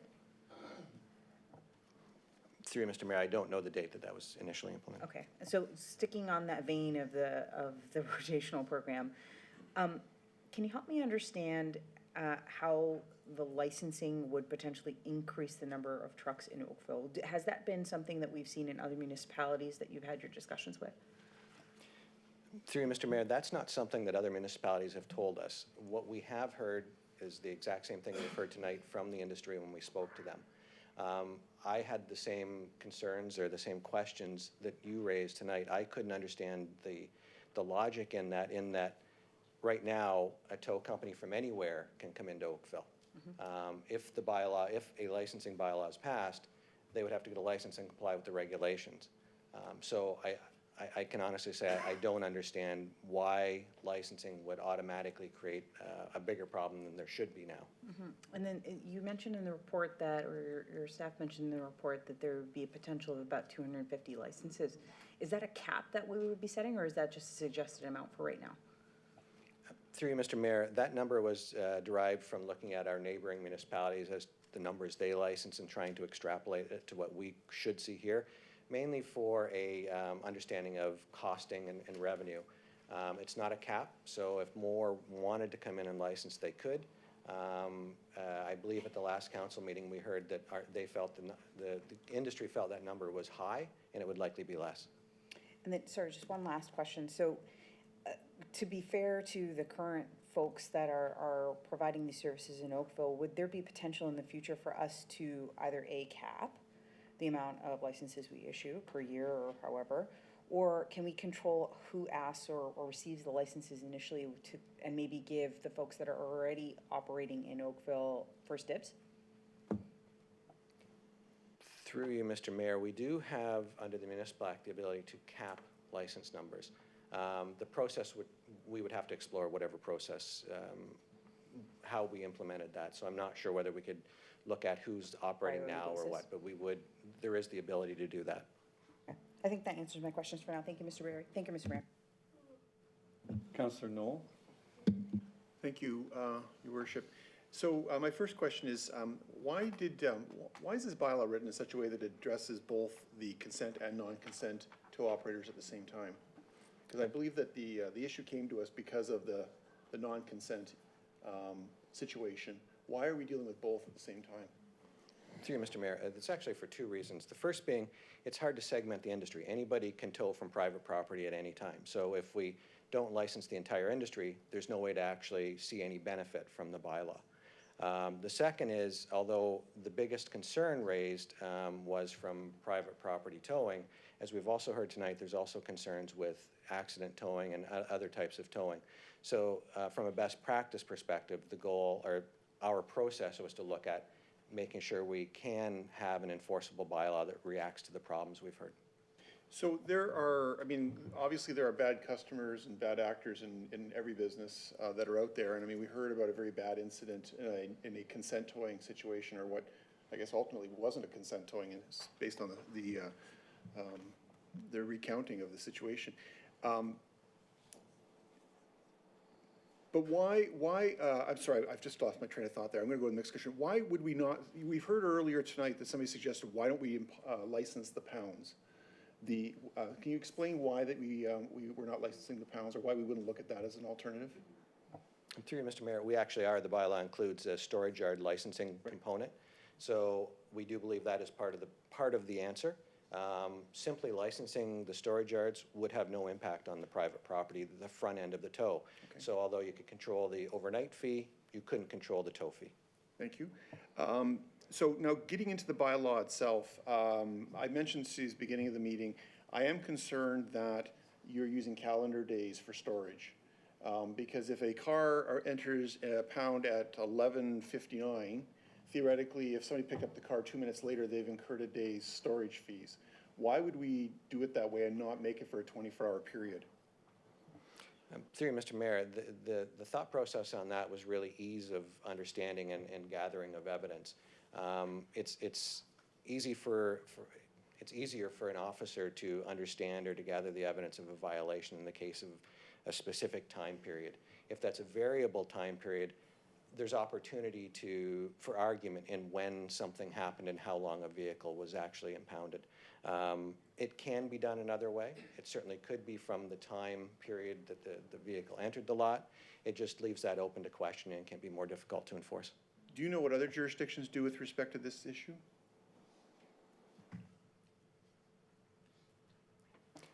Through you, Mr. Mayor, I don't believe we have information on that. Okay. Payments. So one of the things we kept hearing about as well as we heard this, I had to drive to the ATM, I didn't have enough cash, you know, that sort of thing. Have we considered the possibility of actually including in the bylaw with respect to the money piece of it? Is there anything we can do? I'm not even sure we can regulate this, but can we require that tow operators are required to accept debit and credit cards? Through you, Mr. Mayor, we have the Consumer Protection Act requires that tow trucks accept payment in multiple forms acceptable to the customer. So we do require that compliance with the act. So the bylaw in effect says that they have to provide that option. And why are we hearing stories that they're essentially being told to drive to ATMs and such? We heard about the one gentleman whose son had to drive to an ATM to get the cash. Is that simply because the rule's not being, I guess, dealt with by the province, or? Through you, Mr. Mayor. Is everybody aware of this rule? I would suggest that it's because it's not being enforced. Okay. The enforcement protocol for consumer protection is the incident happens, then you call in and complain about it. It's a retroactive enforcement. So nobody has any, there's no redress on the spot. Through you, Mr. Mayor, that's correct. Okay. In the bylaw, I noticed that there are specific times set aside for the retrieval of a vehicle. So there's the by appointment retrieval time, but there's no, I didn't see anything, and I apologize if I missed it. I tried to go through this as thoroughly as I could. I didn't see anything that made it mandatory to respond within a certain period of time by a tow yard operator. So, I mean, if a tow yard opens up at 8 a.m., I think the bylaw requires it to be publicly opened at 8 a.m. Is that not correct? Through you, Mr. Mayor, the tow yard must be open Monday to Friday, 8 a.m. to 5 p.m. Right. And by appointment, 5 p.m. to 8 a.m., and that's in accordance with the Consumer Protection Act. So are there any rules in the Consumer Protection Act or within what you've written or what your staff have written that give any guarantees as to what the response time is on the part of the yard operator? And the reason I'm asking this is because it's very easy if somebody doesn't want to come down and release a car, they could say, sure, I'll give you an appointment at 7:59 a.m. Through you, Mr. Mayor, we have not included that. We've included the language from the Consumer Protection Act. What the Act essentially allows is the yard to be closed. If the yard is closed, there is the opportunity to pay somebody to come out if they're willing, but doesn't mandate that they come out. And I remember and my last question is, I remember that long-winded run-up to the question that I lost my train of thought because I spoke so much.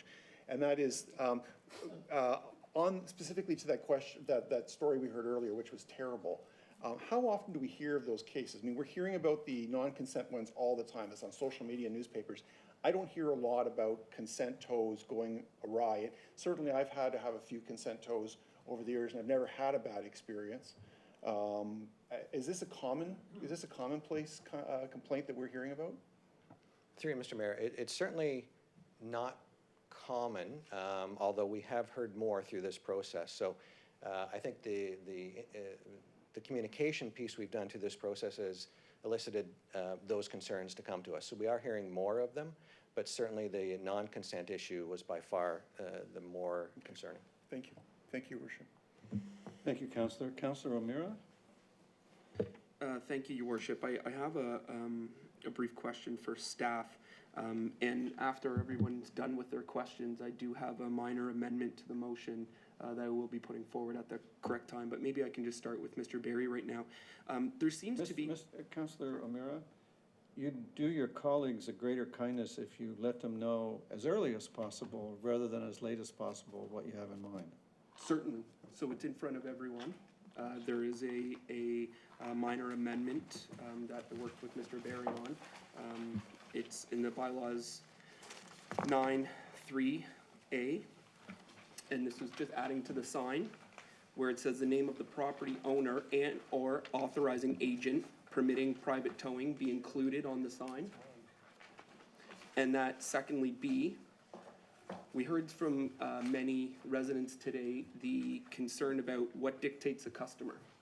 And to be clear in what that means, include a clearly visible tow away symbol graphic that states, quote, customers must not leave the property or their vehicle may be towed at the owner's risk and expense. And Councillor Elgar just helped me add the term 24/7 at the end of that to provide clarification as well, so that people know in the evenings and on Sundays, yes, you can be towed at any time. Well, Councillor, would you like to think about a substitute word for customer? We heard a lot of trouble with different definitions of customer. You might want to say the driver, or the owner of the vehicle, or the operator of the vehicle, because that's the person that's going to be, that the sign's directed at, right? Sure. I would be happy to put vehicle operator as opposed to customer. All right, so we'll leave that for people to think about. Yes. And your questions are in order now. Thank you. Mr. Bear, we've heard a little bit of confusion both from some of our friends in the towing industry about what it is this council has the authority to do in terms of private property. We've heard, well, just post signs or just levy fees for certain, or set certain prices for certain people. Can you maybe just give us a quick high level of what it is this municipal council is able to do on this specific, well, and in particular, private property towing issues? Absolutely. Through you, Mr. Mayor.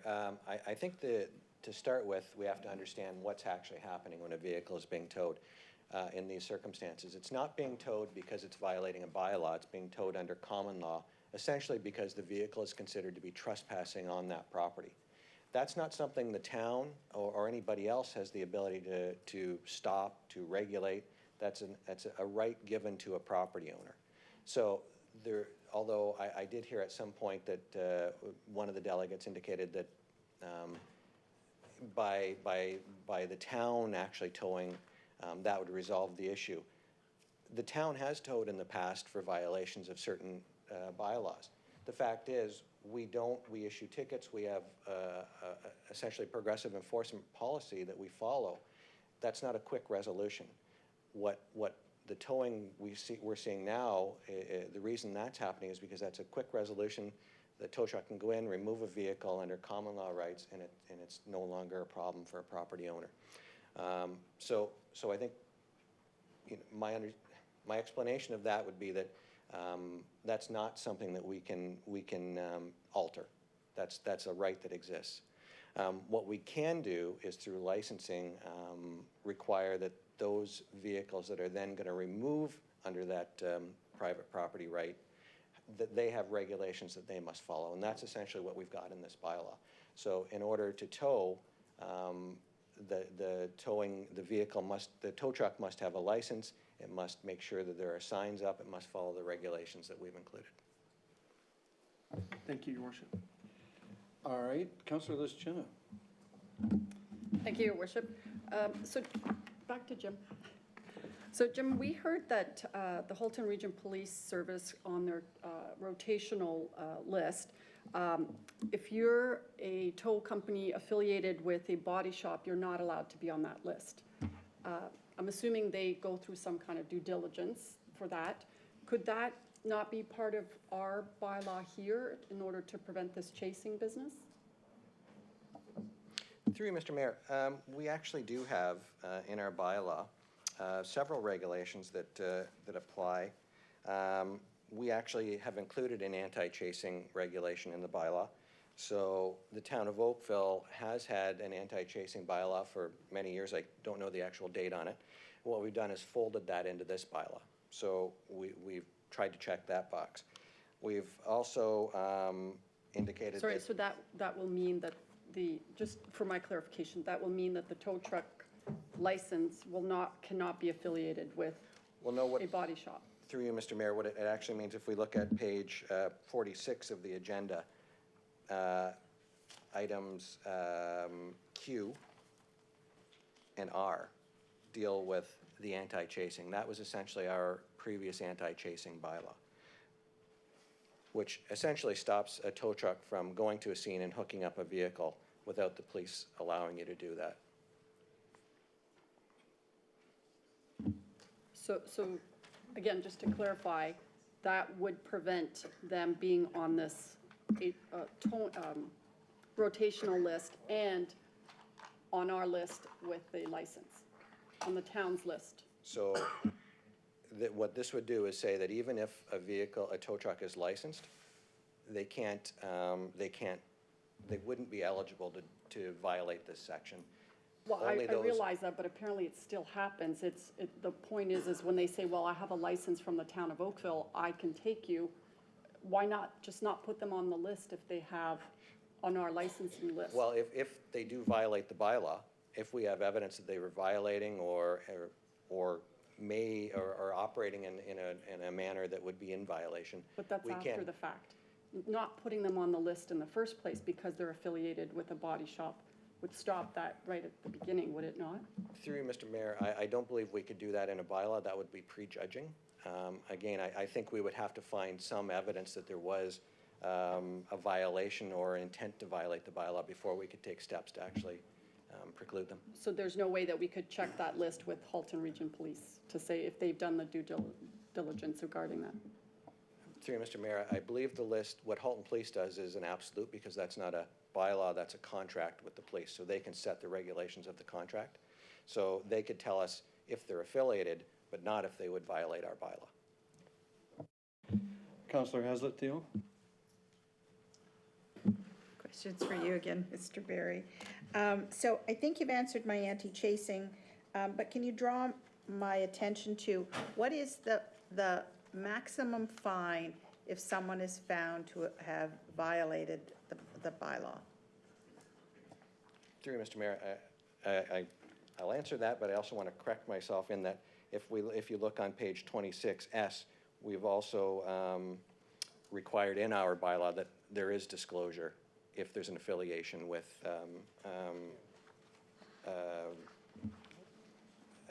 sorry, I'm reading it as I read here. To a repair, a storage yard, or appraiser, or anything like that. So we have tried to capture that in here, that the truck must also disclose. And they can still be on the list, but they have to disclose. Sorry. Councillor Haslett-Thiel still has the floor. Yes. So on 14.1 and 14.2, are those the maximum penalties that someone would face if they're caught chasing or caught doing some of the things that we've heard tonight?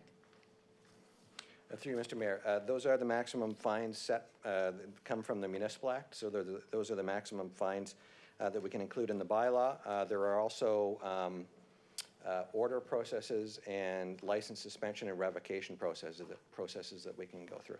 Okay, but just again for clarity, from your knowledge of having written this and talking to everyone, do you feel that this is a strong enough deterrent for people not to engage in the chasing that people have talked about? Through you, Mr. Mayor, I would hate to try and stand here and tell you that what somebody else may or may not do based on this. I think these are significant fines.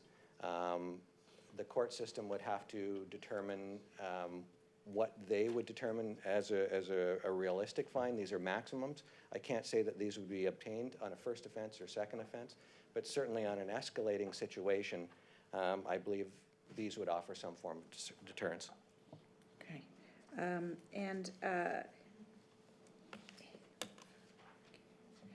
No, those are my questions. Thank you, Councillor. Councillor Robertson? Jim, thank you.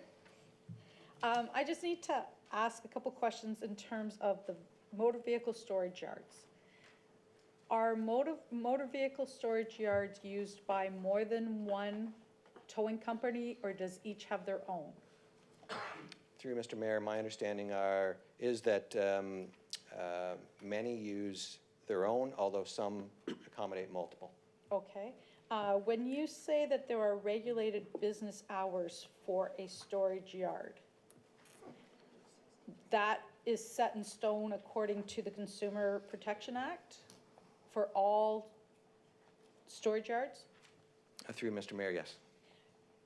So, but even though a tow truck business is working after those hours and going to that yard, which is supposed to be closed by 5 p.m., they can use that business, but the rest of the people whose cars get towed there can't access their cars? Through Mr. Mayor, the hours of operation for the towing yard are for customers, or I guess we'd call them customers, to come and pick up a vehicle. The actual back-end operation, so vehicles being towed to the yard, that's actually the business of the yard. That's not regulated. That can operate 24/7. Okay, thank you. All right, Councillor Derrick? Thank you, through you, Mr. Chair. Mr. Barry, we had the opportunity to meet with CAA, and they provided this towing bill of rights. Are you familiar with this card that they produced? Through Mr. Mayor, yes, I believe I've seen that. Okay, and this is all factual, that these are rights for people in the event that their vehicle has to be towed? Through you, Mr. Mayor, I believe that's from it's taken from the Consumer Protection Act. Correct. Okay, that was my understanding as well. My concern is, and we've heard it several times tonight, that it seems to be one or two owners of a particular parking lot, and unfortunately, the tenants who also occupy that particular plaza are not willing to work with the BIA or the councillors or the customers in the area to address it. And I get, as you say, private property, they have the rights. I find it unfortunate that they're not willing to work to come to some sort of meeting of the minds. And the reason I say that is we had a similar situation at the top of Kerr Street, and there's 3 owners for that property. One particular owner did similar towing, and as a result of backlash in the community, the owner, the tenant, spoke to the owner of the property and had it addressed immediately. There's the difference between somebody who's willing to work with them and say, I get where you're coming from, adequate signage. My concern is, how do we get this into the hands of the people who are affected, knowing their Bill of Rights, when the signage that can be on the parking lot would only stipulate what we've indicated, the bylaw and where it's going to be towed in that. We don't have the right to erect a sign on their property. What if we put it on our property, municipal property, and we erected a sign like this to tell people what their rights are? Is that an opportunity? And I'm thinking it may be only 1 or 2 places we have to put this up, but it would maybe speak to the fact that you do have rights. Through Mr. Mayor, there's nothing that would preclude us from doing that. We do have signs up in the Bronte area that, I believe we've got them in Bronte and Dundas, indicating that if you leave your vehicle, you may be towed. Unfortunately, they haven't seemed to be effective. The only other thing I would add is a lot of the regulations or a lot of the rights contained in the Bill of Rights deal with consent tows. So I believe the first one talks about signing before a tow is conducted. Well, in the case of private property towing, it's the private property owner who's signing because they are consenting to have that vehicle towed from their property. So it does become confusing for the non-consent tow issues. Okay, but I'm thinking, for instance, when we were talking about various forms of payment, it says if you choose, you can pay by credit card. And we hear more and more about people being driven to an ATM, which I would find discomforting if I were alone, having someone escort me to an ATM, you know? So those sort of things, if we can even provide, and I get, as you say, non-consensual, even give them some parameters to say, you do have rights, and this is what you're entitled to. Through you, Mr. Mayor, there's certainly nothing that would preclude us from finding locations that may, that signage like that may help. There's also an opportunity to, if the bylaw were passed, there's an opportunity to review the signage that we've included as part of the towing requirements to see if there's something we can bolster that with. Thank you, Mr. Barry. Councillor Grant. I thought it was Adams next. Actually, Councillor Derrick has anticipated most of my questioning. I'm hoping that there's some form of consent that we can get just to do a public education process for this, perhaps, even if it's included in signage somehow, just to say, you know, along with have you been towed, or along with the signage saying anything about towing, something that somebody can go to see that there is a bylaw, these are the costs, this is what's going on. I think that it doesn't really need to be part of our recommendation. It could probably just be a direction. No? Why don't we stick to the bylaw? Okay, we'll stick to the bylaw right now. We'll call direction. And also earlier a gentleman brought up the fact that one of our people mentioned how there's nothing stopping somebody from taking a car and taking it outside the area of town. It's actually written in our bylaw, if you can confirm that it has to be within the boundaries of the town of Oakville if they have a license, correct? Through you, Mr. Mayor, for non-consent tows, absolutely. For consent tows, you're required to sign, and then it's if I'm the owner of a vehicle, I can have it towed to wherever I would like. Okay, great. Thank you very much. Thank you. And Councillor Palmer, I think you're next. Thank you, Your Worship. My question is around anti-solicitation. So we heard a lot today about HRPS and what would happen if this license was to come in place. So I'm wondering, can we or did we look at anti-solicitation bylaws that addresses all forms of solicitation at accident scenes? It would address illegal chasers and would make the solicitation of any business services at motor vehicle accident scenes illegal. And only tow operators authorized by HRPS and those requested by an accident victim would be allowed to attend the scene. So I think one of the delegations tonight talked about the city of Hamilton. They have something similar in place, and I'm just wondering if we looked at that, if we considered that, and if it's something that we could look into further if we haven't. Thank you. Through you, Mr. Mayor. I believe we've captured most of that in section 4, specifically from P onward.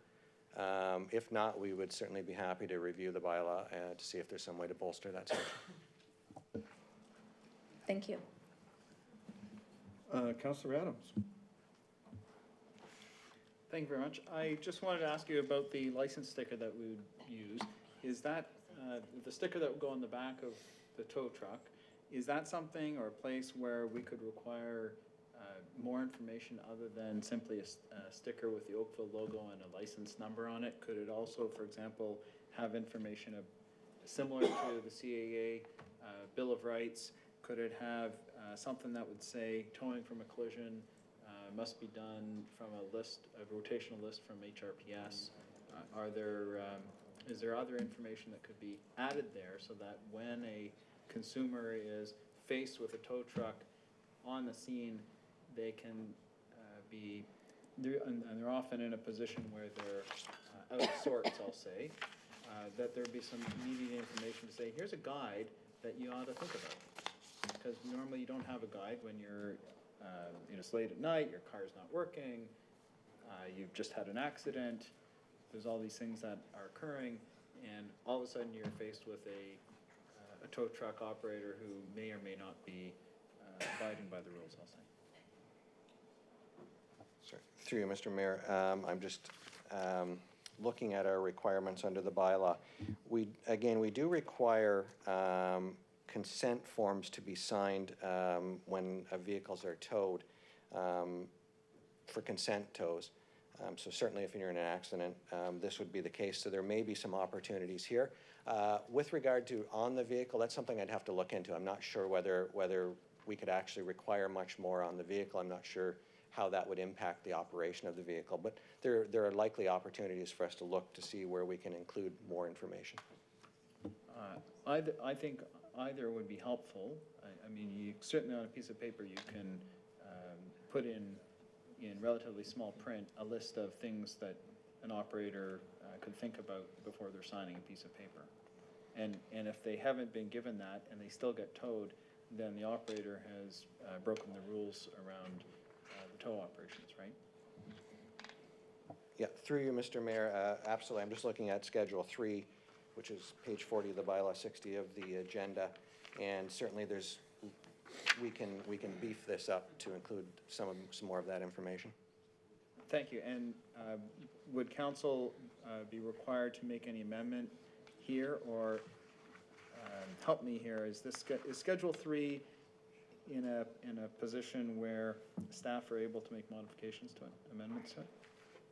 Through you, Mr. Mayor, it's not, but I would recommend we go away and come back with an amendment to the bylaw. That way we can look at this and figure out what actually needs to be put on it rather than trying to do it here. So if council, for example, were to tonight pass the recommendations, perhaps with the recommendation from Councillor OMeara, if we also asked staff to return with opportunities for consumers to be provided with additional information, that would be a way in which you could do that. Through you, Mr. Mayor, yes. Thank you. Councillor Chisholm. Thank you, Your Worship. As it's quite obvious, there's going to be some amendments to this bylaw, and I'm glad that we're very being detailed and doing our due diligence. I would ask that we look at the towing from private property with respect to the maxims. I think they're high, and knowing, excuse me, sorry, that we consider looking at those two rates on the lifting charge and towing service charge. Through you, Mr. Mayor, absolutely. I believe last September when we brought a bylaw, the original bylaw forward, it did have a lower fee. We did go away and consult with the industry, and the industry suggested that the fee was too low, so that's why we ended up where we are tonight. We'd certainly be happy if the bylaw were passed, we can review over the next period of time and come back to council with any comments we have or alterations to that fee. Thank you, Jim. All right, council, I have a second timers list, and Councillor Haslett-Thiel, you're first on it, you're not next yet, and Councillor Chinna is second on it, and I'm giving the three of you who haven't spoken yet first dibs on this round before I go to the second rounders. Going once, going twice. Councillor Haslett-Thiel. So I've never had my car towed, thank heavens. From a license, so one of the things that worries me is I haven't seen in any of the regulations or heard anybody talk about having to take a photo of the car that shows a timestamp of when they actually are towing the car and the condition of the car when they tow it. Is that written anywhere and I just missed it? Through you, Mr. Mayor, no, that's not included in the bylaw. So I guess one of my concerns is back to that 24-hour clock. Very easy for somebody to say it was a different time as it gets closer to the end of the day. Not that I want to allege that everybody's dishonest, but it is a possibility somebody could do that. And I would just think that should be a standard protocol. I mean, I can't imagine that they don't carry phones with them that have the ability to do that. So I'm wondering if it doesn't need to be in tonight, but I would like, as part of some consideration to it for an amendment, because, again, it's consumer protection. Through you, Mr. Mayor, that's certainly something we can look at, and as you spoke, I believe we had a conversation on this, and there was some concern with privacy and ownership of information once it was captured. So we will go away and look at that, but I believe that was discussed, and there was a reason it wasn't included. Thank you, and I don't need another round. Councillor Liszczyna. Thank you. Jim, back to you. There was a number of delegations that talked about chasing. So I'm assuming that's not including private properties. Chasing is not related to private properties. Through you, Mr. Mayor, you're correct. So then, not on private properties, on public property, if someone comes from Vaughan, who has an Oakville license, they still have to take the car to an Oakville towing yard. They can't go back to Vaughan with it. Through you, Mr. Mayor, if they tow from private property, so non-consent, they have to stay in Oakville. If they tow, if my car breaks down and I want it to go to Vaughan, it's based on the consent form, so. Okay, then I don't understand what chasing is. What is chasing? Chasing is related to an accident. So Okay. when an accident occurs, the concept is the first tow truck on scene hooks up a car, and then they've got that car. So they can take them out of the town? They essentially control that vehicle, where it's gonna go, how it's gonna go. With a bylaw in place, we've said that the owner must fill out the required forms and sign where it's gonna go, and the licensed truck must follow the regulations set out in the bylaw. If they don't, we'll take their license away. So then the owner on that piece of paper will say, I want it to go to this place. So that's on there. So the chasing part of it, that truck comes here, they still charge $250. They can't charge more than that.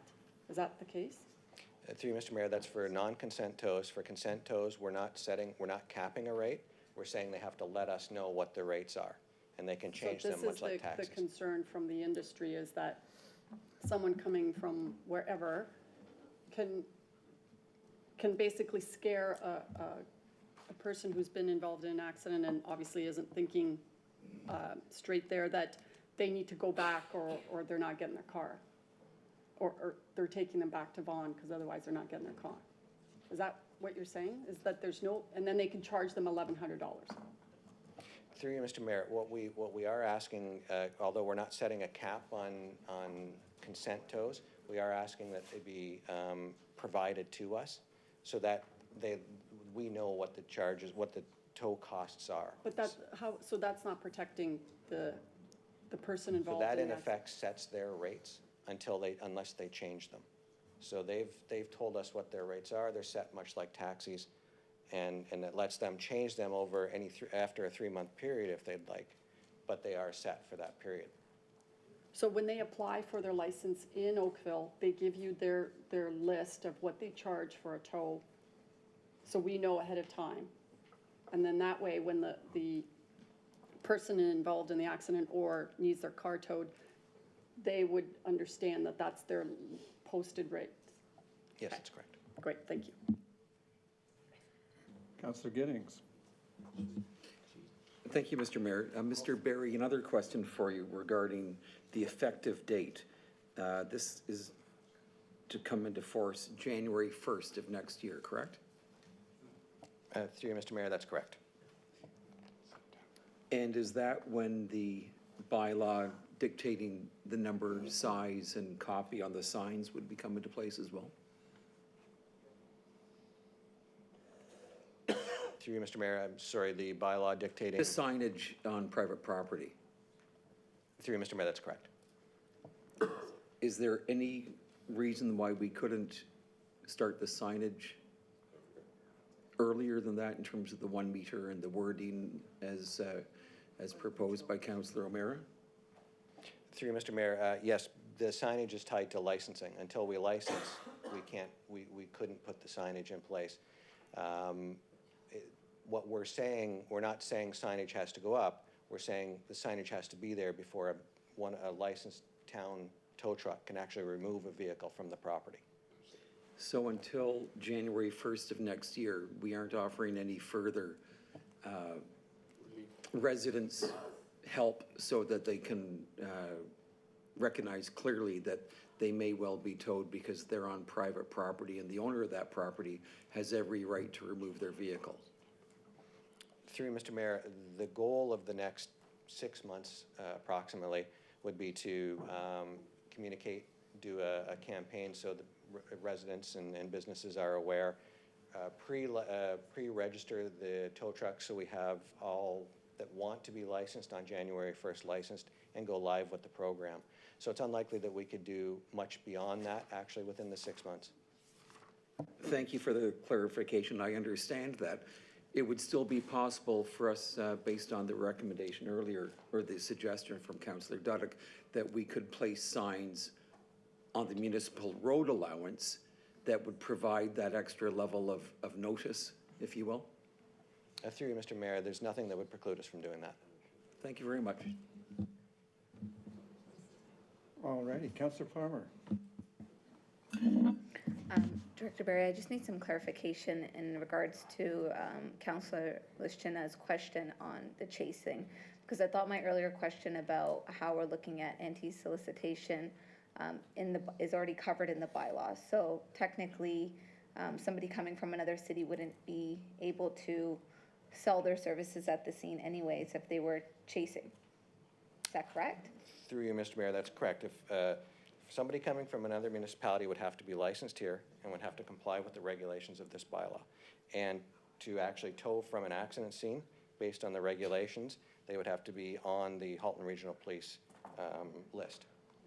Okay, so do we have a process then if they do attempt to chase or solicit on the scene that they're fined for that?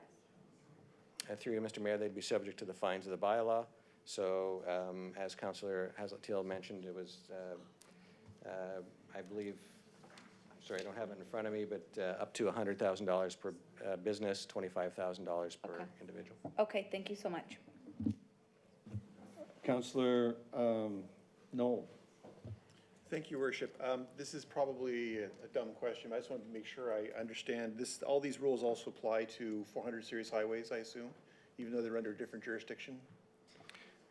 Through you, Mr. Mayor, yes, they do. We've worked with OPP. We wouldn't be enforcing them on the QEW, but the OPP have said that they would, if we had a bylaw, they would enforce it. And does the OPP use a rotational system like HRPS? My understanding is they don't. So it's first come, first serve? Okay. I was asking you a question earlier about the 24-hour thing, which is still bothering me. Was any consideration given to finding another benchmark as to how to calculate that 24 hours?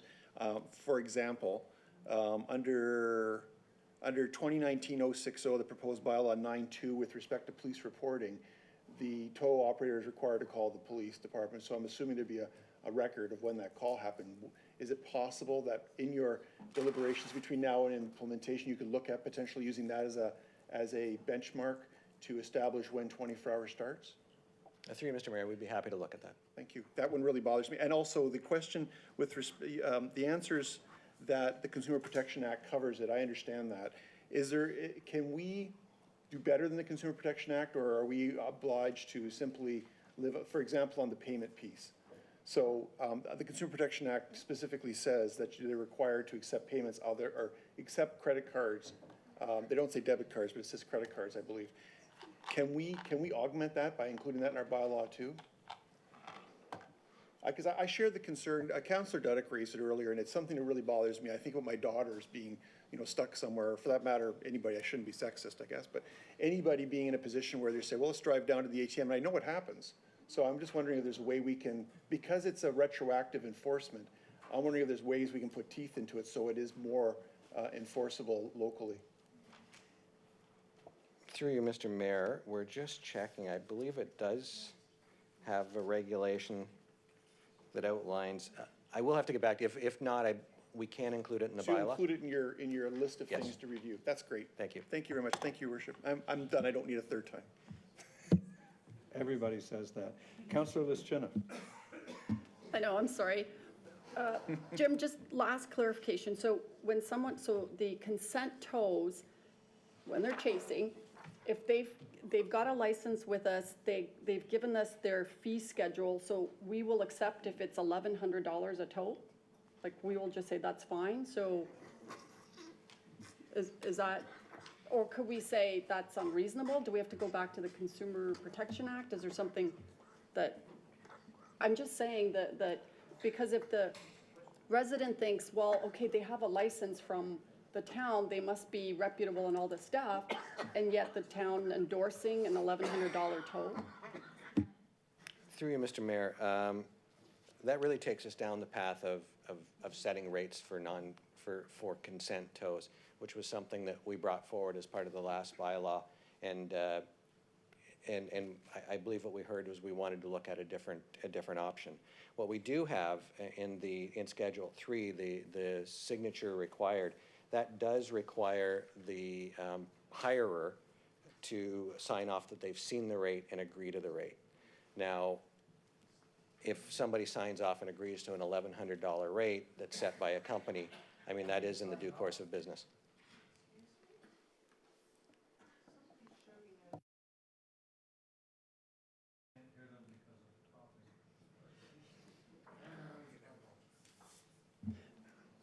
We've just heard that people are under duress at that time, so they could be signing anything when they feel like their car's being taken away. So I'm trying to remember the first time we went through this. Was it the industry that came back and said, don't set the fees because of that's where it came from?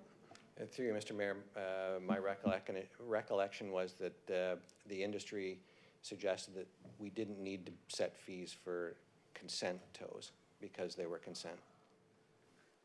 Thank you. Councillor Robertson. Jim, I just have one more question. Based on about 5 phone calls I had over my first 6 months, and that goes back to the storage yards, is someone required to be in the storage yard during business hours from 9 till 5? Through you, Mr. Mayor, they're required to be open and accessible, so they would have to be there. Because one of the gentlemen that called me in January or February, who was 80 years old, was towed while he was at the plank. The plank staff was great. They actually drove him while they were working their shift, dropped him. He stood in -20 for 40 minutes because he got dropped and nobody came. And it was like from a lunch, so therefore it was in the business hours. So do we say right in this that someone has to be on site then at all times? Through you, Mr. Mayor, I have to correct myself. They have to be within 10 minutes. So they don't actually have to be on site at all the time, but they have to be able to be there within 10 minutes. So a senior who might not have a phone with them can't call to say, hey, are you going to be here in 10 minutes? They just assumed if they got dropped off at the pound where their car was, someone would be there. Through you, Mr. Mayor, that's correct. And again, these are regulations from the Consumer Protection Act. Okay, thank you. My goodness. Councillor OMeara. Thank you, Your Worship. Well, we've had a good conversation here tonight, and I would like to move the staff recommendation with the attached amendment that I read out earlier, that I believe you all have in front of you. Just to speak to it briefly, and I get the dichotomy of a philosophical argument about private property rights, and it is very important that private property rights are respected and As we change, this isn't just a Brawny issue. This is a town of Oakville issue. It's a hospital issue. It's a Monaghan's issue. I was having lunch at Morton and Spears and watched a flotilla of tow trucks come in and take worshippers at the Dar Foundation's vehicles away before they even knew it was happening. It's happening and it's spreading because property values are expensive, and it's an easy solution for landlords and people to take to deal with their problems, and it doesn't take in to account a lot of things that we've heard this evening in terms of how it impacts people. So, but it's not just the right to do this, it's how it's done. And it's the predatory nature that I think we need to address here tonight. So, we've heard stories, and I've circulated a picture in front of you of car stacking that happens on our municipal right-of-ways to get the vehicles off the properties to secure the money as quickly as possible. And vehicles are stacked on our municipal right-of-ways while the cars are shuttled up to the yard as well. And we've got videos and we've got pictures of all of that. We've heard stories of preteens in the back of a car while their mom forgot and went over to get milk, and the car gets lifted, waiting for the mother to return while the kids are in the car. So these are the kind of practices that I think we're trying to regulate and we're trying to get our hold on. These are practices that aren't community driven. They're illegal in some cases, and they're flourishing, and they're going to flourish more until we get a hold of this. And I think the great thing about our bylaws is they emerge and they constantly evolve, and we'll rejig and we'll rejag and we'll get it right. If I had $1 for every time we had to change our bylaw, maybe I could pay some of the people's towing fees here tonight, but we don't. So with that, Your Worship, I would be happy to move the recommendation, and I would ask for a recorded vote. Thank you, Councillor OMeara. Councillor Adams? Thank you very much. I support the direction that Councillor OMeara is going. I'd like to suggest an amendment, and that would be to add a fourth item that would read that staff report back on options to require additional information regarding towing rights be provided to vehicle operators when their vehicle has or is to be towed, such as by amendment to Schedule 3's permission to tow a motor vehicle form of bylaw number 2019-060.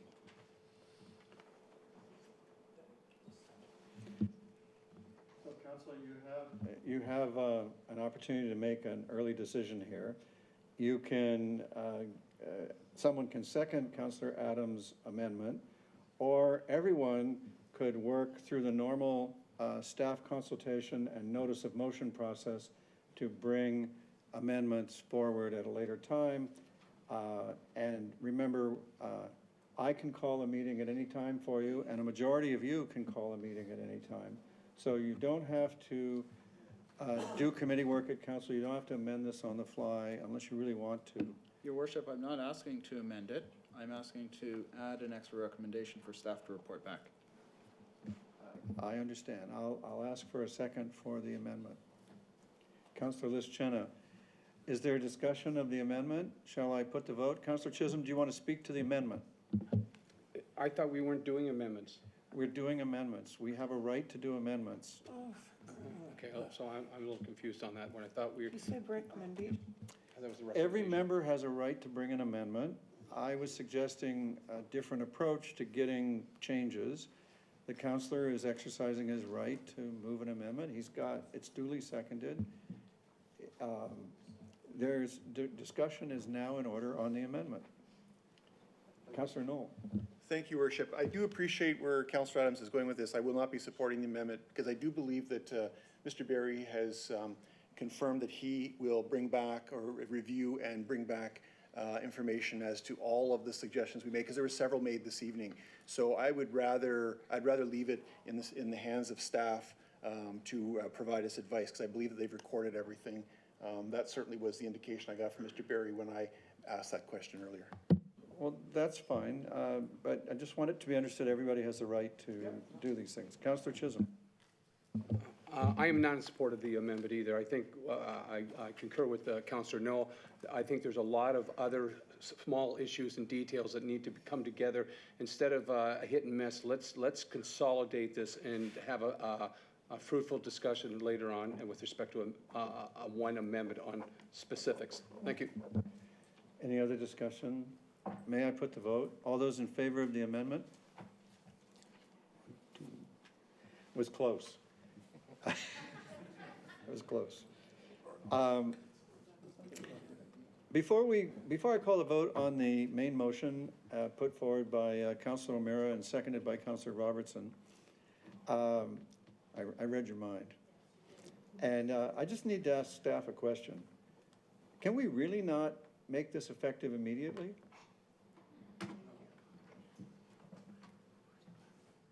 I mean, you can take your time implementing, but why can't we make the bylaw effective immediately? Through you, Mr. Mayor, the difficulty with that would be we don't have the infrastructure to actually license anybody at this point. And we also, from an enforcement perspective, we're not ready for that either. So if it was effective immediately, we would essentially be required to respond to those concerns that we're just not prepared to at this time. All righty then. If there's any other discussion, it's in order now. Councillor Derrick? I'm sorry, it's out of order. I would have been here today earlier, only I was Ma'am, babysitting ma'am, my grandson. ma'am, I just want to ask one question. you can't. If we didn't have the problem You with these can't. two stores, I'm sorry, ma'am, you can't. would we have all this discussion? Madam Clerk, would you ask the lady to leave? You have to stay in order. The rules for how the meeting is done, I'm sorry, but, you know, the matter is confined to council, and that's the way it is. I just know people that got the tickets. You can ask questions afterwards, and you'll get the same information. Councillor Derrick. Thank you, Your Worship. Just want to confirm the business regarding the signage that we had discussed at length. That's something that you've captured as well. Just wanted to confirm. Through you, Mr. Mayor, yes. In that case, Councillor OMeara has asked for a recorded vote to be recorded in support of the recommendation. Please rise to be named. And that would be Councillor OMeara, Councillor Robertson, Councillor Derrick, Councillor Chisholm, Councillor Gidding, Councillor Haslett-Deal, Councillor Elgar, Councillor Longo, Councillor Knoll, Councillor Grant, Councillor Adams, Councillor Lischina, Councillor Palmer, Councillor Sanju, and Mayor Burton. I declare the measure carried unanimously. Now, Council, we need a mover and seconder for consideration and reading of the bylaws, and that will be Councillor Chisholm and Councillor Palmer. All those in favor? And the bylaws, as listed in the agenda, are confirmed.